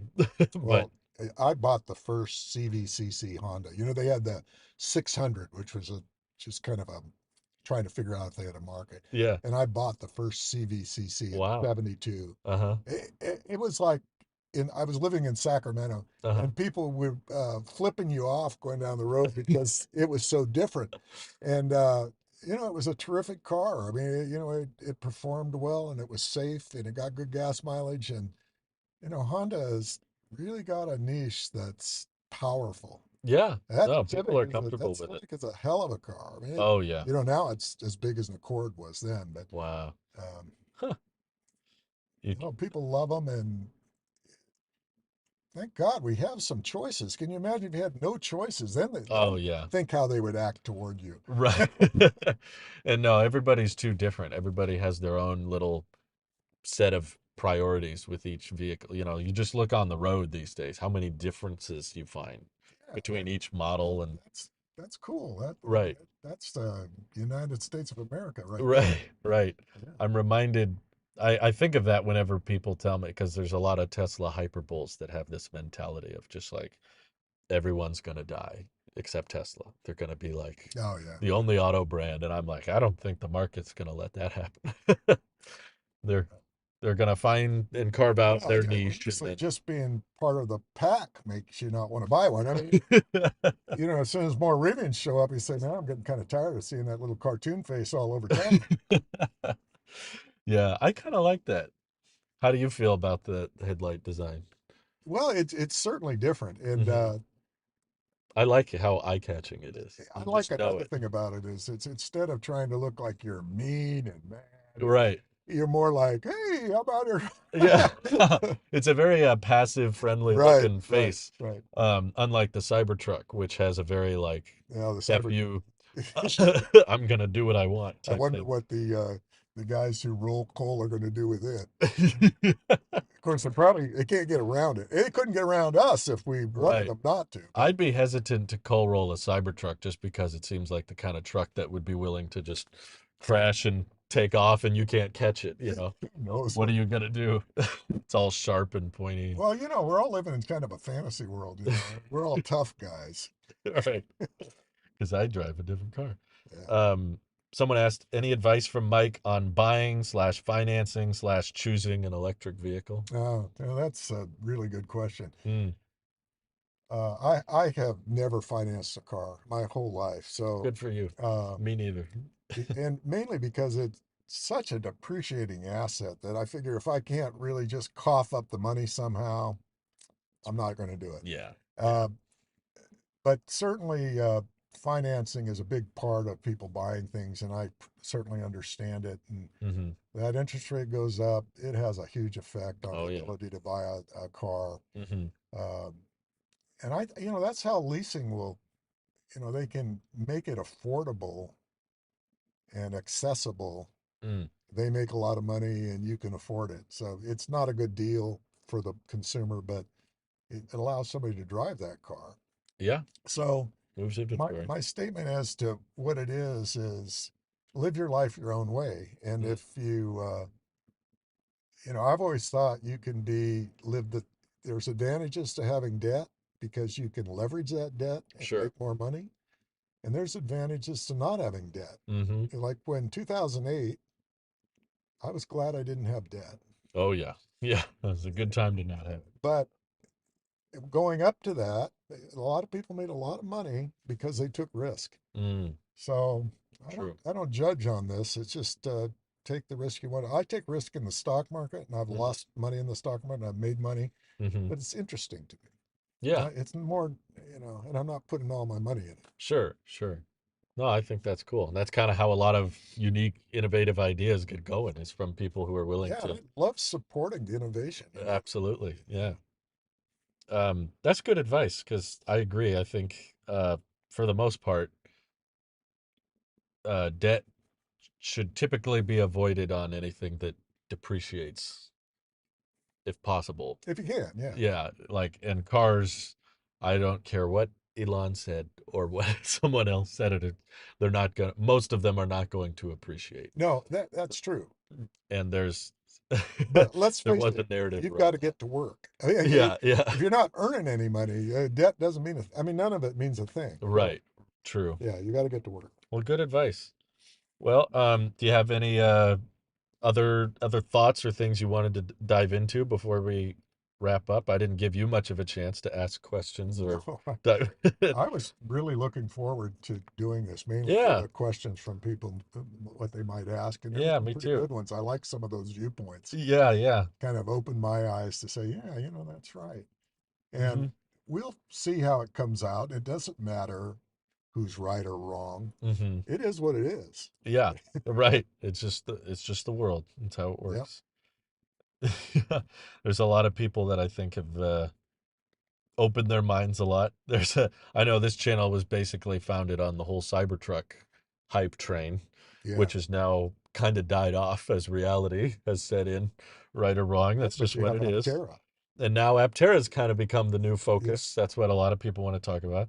And David was saying he was a huge Cybertruck fan, but now he's thinking more and more about the F-150 Lightning just because Yeah.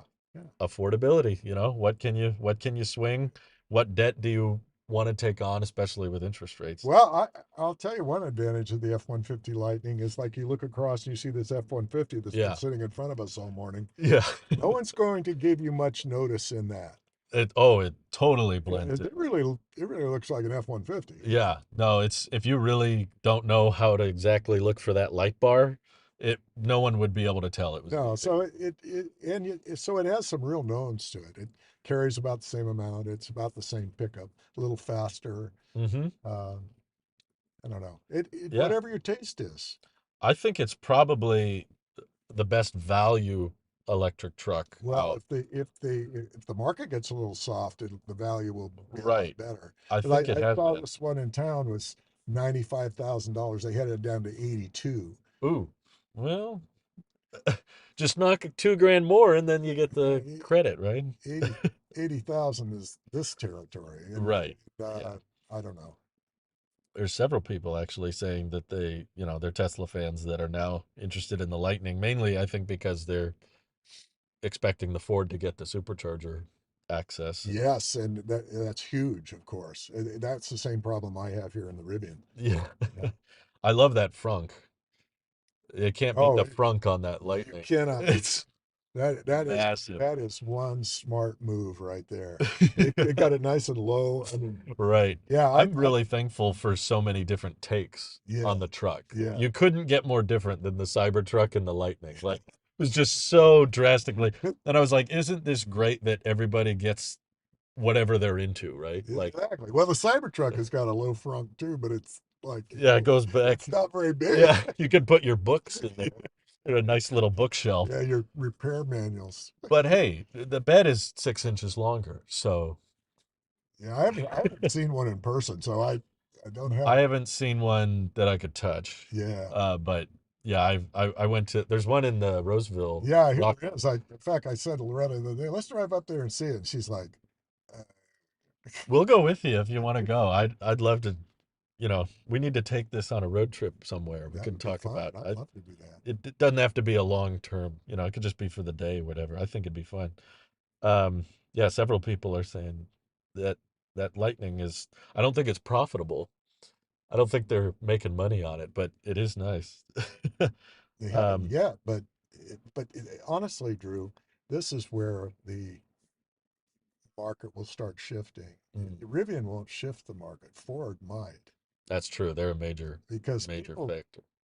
people look at a Rivian and say, who makes that? Yeah, And so they don't have that reputation. Ford, whatever you think of them, yeah, they're they're known. yeah. You're And right. so, I mean, some people love Fords, and Hmm. some people have had bad experiences with them. But there's the point. It doesn't matter what car you buy. You can Hmm. get good ones and bad ones. Right. That's true. See, I guess because I said we're wrapping up, everybody had more questions. They were I like, don't care. "Oh, okay." I don't care. Go ahead. um. Uh. Oh, Mark Sequence said, "I love this talk. Need more great conversations with equally great beards." Bless you. You've got more bearded men watching. Lightning is my truck of choice, even with infinite money. Wow, that's quite a claim. I Wow. would say even the Lightning's biggest weakness is the charging Yeah. speed. Yeah. It's 150 kilowatts peak Yeah. Yeah. with a pretty big battery too. But they might change that.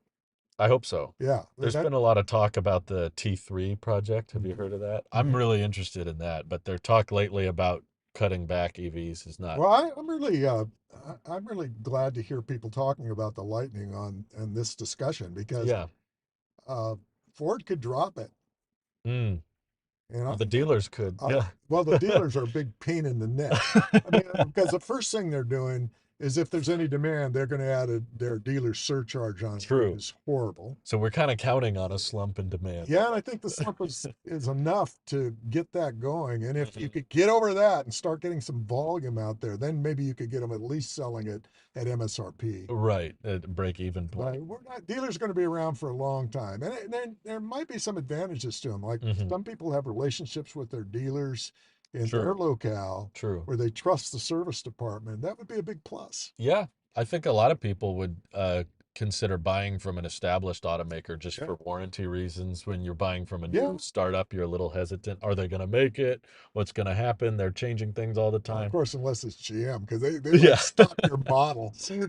That's true. GM makes a great thing and then kills it right after. They do. So many people love the Volt. Yes, they So many. One of my neighbors has one here, and they love it. And it was like, of course, as soon as the Volt hit its sweet spot, they killed it they off killed it. like that. And the Volt's a lot like the pickup we're talking about. It generates Right, electricity. right. It's just charging a battery with a Right. gas engine, which for some people was the perfect middle ground. That was Oh, all they I needed. can see people thinking that's nirvana. Yeah, I mean, yeah. there's some sense to it. It's not senseless. No, I understand it. It's just a shame that all the good ones don't make it. I'm guessing it wasn't terribly profitable. Well, yeah, that is exactly what's going on with Yeah. GM. That's when they kill a car, and it's kind of a niche product too. It's not going to be they're all competing with one another, and Hmm. nobody can make any money. That's a bad situation. Right. Yeah, True. Mark says I still want a Lightning for all the plugs it has. yeah, With they did do that. nothing comes close. No, Like in the frunk, inside, in the bed, there's just yeah, so many these outlets. guys took them out. Yeah. they start, they started making them. They're losing like $100,000 a vehicle. They say we got to get rid of some of that stuff. Oh, so does this one have more outlets than a new one? Oh no, Oh, I'm right at the edge. This one, oh, I okay. lost the in-house. What is it? The for the like if you wanted a radar detector. Oh, I see. And they took it out, and that would be the one I would use if I Yeah, was. they took out the one I you didn't, wanted. I don't get too shook up about these things. These companies make their decisions. You decide whether you buy or not. That's the relationship. Yeah, yeah, you just accept it. You don't call them up and say, Uh-huh. if you don't do this, I'm not buying your product. And they say, oh, okay. Well, Fair enough. I love how you don't let it get emotional or anything. You're well, just like, that's the way it is. I remember you telling me the story of how when they called you, oh, we're getting a package delivered. These always scare me when they don't show up in a marked vehicle. They always just some he's got guy just shows got up. the vest on though. Yeah. um,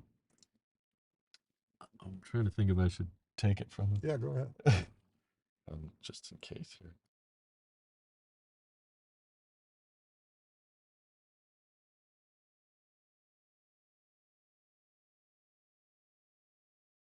These guys are strange dudes. I've had weirder.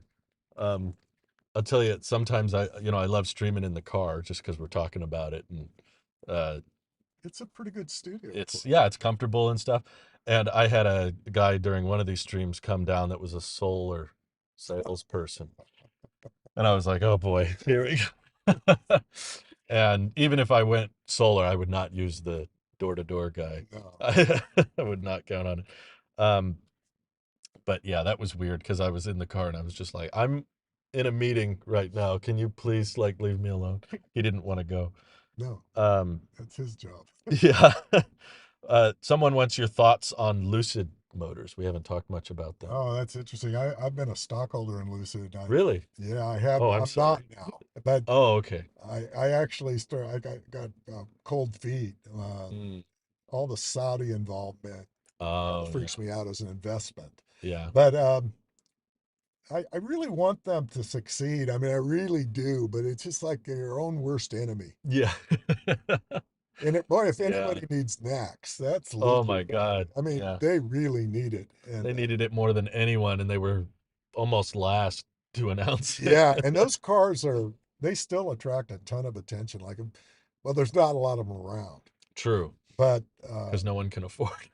they're expensive. But They're they got pricey. some that are down in price. Well, in this price area Yeah, anyway. they're working their way Yeah, slowly into the five-figure range. but I don't understand them very much. I don't either. I think so much of their decision making was illogical. It was so based on like street cred. Like it was very Yeah, much like we need to look good on paper. We need that high range. yeah, they got that high range. And it's like, okay, but if no one can afford it, it doesn't matter. And then they kept boasting about build quality over and over. They really doubled down on how Yeah, they did. luxurious they were. And then every detailer channel I watched was really disappointed. They were like, this build quality sucks. The paint was thin and there were Yeah, misalignments. And I don't understand this over promising and under delivering uh, philosophy. It uh-huh. never works. Right. I mean, you should go the other way. Right. Yeah. That because now the standards are high. Well, not only that, people are out, there's a lot of communication. Anybody can get on there and just like we are right now. Hmm. I saw a guy this morning, he's checking the paint thickness of a Rivian, and it's different everywhere. Oh yeah, it's all over. And he's an engineer and he's Uh-huh. going, well, this is pretty good. Yeah. There's better. Yeah. He's giving the Sure. straight poop on it. So you're not going to hide anything from anybody. No, no. Yeah, so what's the point? Why talk it up like that? I don't understand why you would. Besides, once you're lied to, then you don't trust them at all. Right.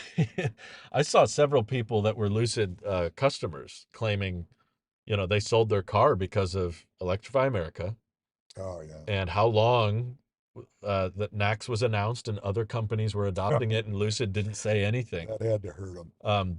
It came up in an earnings call or something with the CEO. They asked Peter, "Are you going to announce NACS?" And he said, "It's not really important what port you have. All that matters is how fast you can charge." And that really ticked off a bunch of people. They Yeah. were like, "You're diminishing the whole problem we're The experiencing." reality of, Um, and they sold their cars. A yeah, bunch of them well, said, "I might still be a customer if he would have announced that we were sooner." relying on Electrify America in the United States. So this wouldn't get off the ground. No, It just wouldn't. probably would have died off. Yeah, probably would have. I mean, Tesla saved them with the supercharger network. I Everybody's got agree. a lot of hope. Yeah, that's a good point.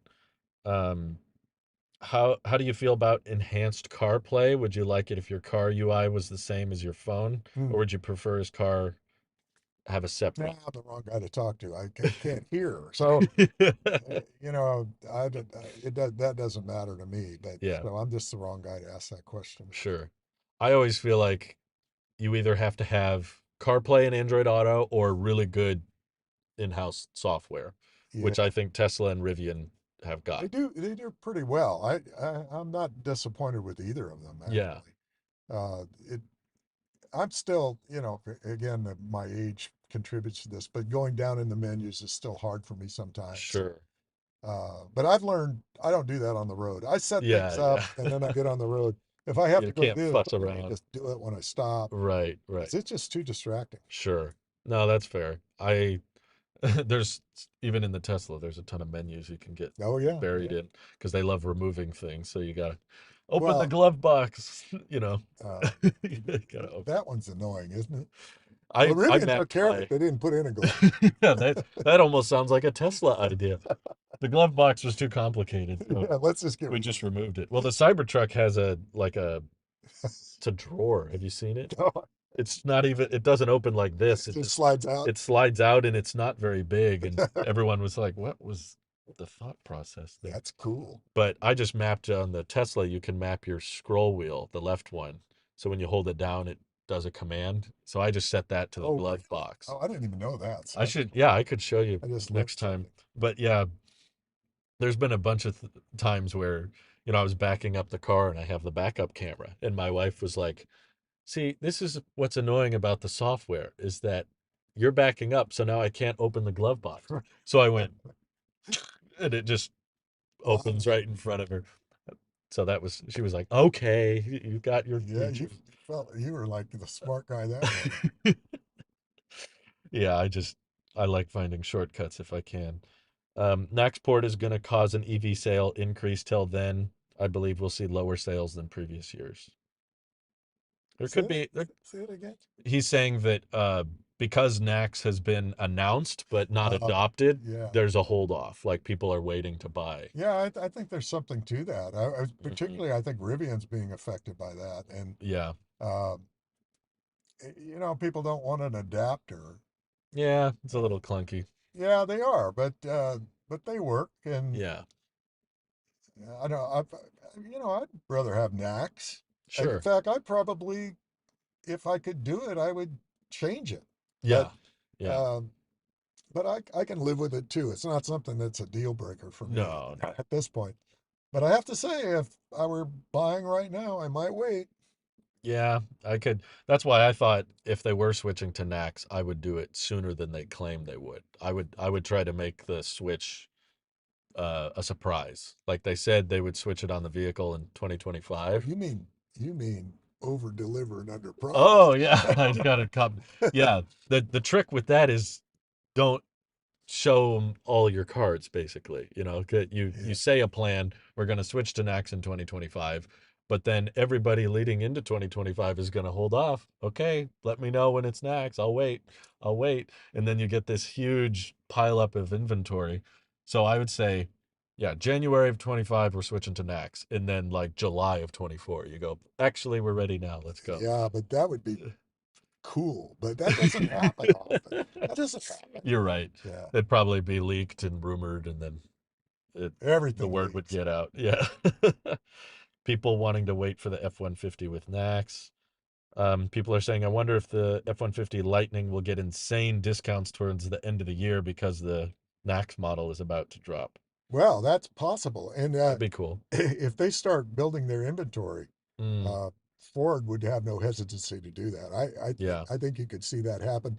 And frankly, I think that would be a good thing. Yeah. That would bolster their credibility Yeah. Yeah. because you can kind of anticipate what they might do. Mm, But again, you're that's a good dealing with point. two entities. You're dealing with dealerships and a manufacturer. Right. And I bet they would, if they could, they would ditch dealers, but they can't. I believe they're Oh stuck no, in they some system. well in California at least they have their own court system, the new motor vehicle board, where they Yep. settle disputes. So this is a very ingrained system. And Right. those states where they won't let them do direct sales, that's where dealers are real powerful and Oh, popular. yeah. Yeah. Very powerful. I think there's a reason every startup doesn't rely on the dealership model. You know, any new Well, company's like, no, we're doing direct to consumer. because they have much more control over how it goes. The Right. dealers are powerful. Oh, yeah. And They've got, not all bad. I mean, they mhm. do some good things for consumers too. So it's not as clear cut as that's bad, this is good, as Sure. is nothing in life, right? Yeah. It's never that clear. Yeah. Elizabeth brings up the thing with startups is someone can rear end you on your way to work and a startup won't have parts for it. Yeah, that could happen So too. that's another reason I could see someone still wanting to go with a established legacy Yeah, 'cause I automaker. think that Ford rear end's pretty much an F-150. Yeah. Other than that battery and that front, Yeah, the yeah. rest of it is just Yeah, I think it's an F-150, same and old, same that's old. a good thing. Yeah, there's a lot of advantages to that. It's Guess you're going to refreshing. cause me to go buy one. I'm going to trade this thing in. Let's go. We do a video on it. Be fun. Um, You go down there and talk to those guys. They'd yeah. see us coming a mile away. I wonder if They already know me, so that's like, they know you. what? That's the trouble with a beard like this, you know. We should I drive the mean, Sonata over you're there. clean and you got a big beard. That's a giveaway. We can do a Mr. Beast kind of video. Have you heard of him? We'll take the Sonata. We'll take the cheap car, and I'll say this poor man. I'm gonna buy him a car. What, do you have anything reasonable? We'll do something like You could that. get beat up acting like that. I've never talked much to those dealers. I test drove a Mach-E there once, Yeah. but and they were very uninterested. Oh yeah, they don't. They They're like, we got to deal with this. I said, "Are you allowing test drives on the Mach-E?" And he just handed me the key fob. He didn't say anything. And I said, "So what? Is Like that 10 yes? minutes, 15 minutes?" And he said, "Yeah." And I was like, "Do you need my license or anything?" And he went, "Ah, "Yeah, probably." He got annoyed and took a copy and everything. He was just ready for me to just take it. I was like, if I wasn't He, careful, I could have just taken it for the day. you should have taken it for the day and parked it down at the park or something. Probably could have. It's like he Yeah, handed me the key that would right be there. auto theft, and he'd have a different story. Yeah, it'd probably be funnier, He'd but get fired too because you like you don't know who took it. yeah, Yeah, that's it's probably good to ask questions. you don't want to set a guy up lose his job. Yeah, Horrible. that's true. That's a good point. But yeah, I think we covered it, but I appreciate you for making the time to hang out. I enjoyed it, It's a man. lot of fun. I could talk about this stuff all day. Anytime you want to do it. Well, that's what got us. That's where you said, let's do that. But in fact, you wanted to do it right after lunch Yeah. Yeah, we because got the only lunch. thing we talked about was this. Yeah. So we should be documenting this. This is fun stuff. Exactly. I enjoy the banter and I enjoy the perspectives and where different people are coming from. Well, we could hardly be more different. It's like I kind of think I could be your grandfather, but pretty close. Well, what's funny is I have a lot more to talk about with you than most of my actual grandparents. They're not interested in the same stuff and Well, most of my family isn't. So, any person can stay up with this if they want to. yeah. And here you're retired, you have a lot of time. You can do a lot of reading. You can think True. about things. It's really fun. Yeah. And if you have the means to actually buy the thing, you're like, God, it doesn't get any more fun than that. Oh, yeah. And that's And then the other thing it does is connect you to people who are younger than yourself. So true. True. you don't come up and say, boy, my back, it hurt all night last night and my knees. And the first 30 minutes of conversation is how much I hurt. Yeah. I really like that. And then I don't do it either. So we're both Right. talking about this. We're not talking Yeah, about you have a shared interest. It's the crazy just life stuff that everybody's tolerating. Who cares? sure. It's not interesting. It's Right. boring. I agree. Yeah, there's a lot of people, that's the kind of blessing and curse of YouTube is you find a bunch of people that are into the same stuff Yeah. that you're into, which can make people in your personal local community, and you're like, man, you guys, I don't have anything to talk about with. I'm going back online. But of course, you only want to talk about that. Yeah, because you get reinforced in it. And now you're talking about it all the time. So it's a blessing and a I curse. wonder, it makes me think, I wonder how many people are over 70 that are watching this right now. Yeah, I don't think a lot, Probably not a honestly. lot. No. Yeah, the analytics are mostly 30, 40, Yeah. you Yeah. know, genre. So we're both kind of on the ends. Yeah. But this is something that's really to talk about is, you know, break down those biases, man. Yeah. There are people who don't look like you, who don't do anything you do, but are interesting and would enhance your life. Oh, So yeah. just open your eyes to it. Can gain a lot from Yeah, it. don't Absolutely. just shut down because they look different from you or it's just Sure. crazy, Absolutely. crazy way to act. Yeah, yeah. And it causes a lot of hate, True. which we need less of. Absolutely. Well, we can agree there. Now you got me thinking. I'm like, do you think a dealer would give us some kind of special treatment if I said we ran a YouTube channel that we'll cover the car on? They let you keep it for a little longer or Well, they something? give you special treatment, all right. That'd Well, be interesting. all you can do is ask. Yeah, I guess they can't This is Benny hurt you. Brown owns this dealership. Oh, okay. So I think what I'd call the main office and ask. Yeah. I wouldn't walk in there. Oh, You'll okay. get the same thing you just got, Yeah. which is, are you kidding? We don't care what you do with that electric car. Yeah. Well, they said they loved your insight and wisdom, and they hope we can do more of these in the future. Well, I'd So love to. cool. Thank you very much, and thank you all.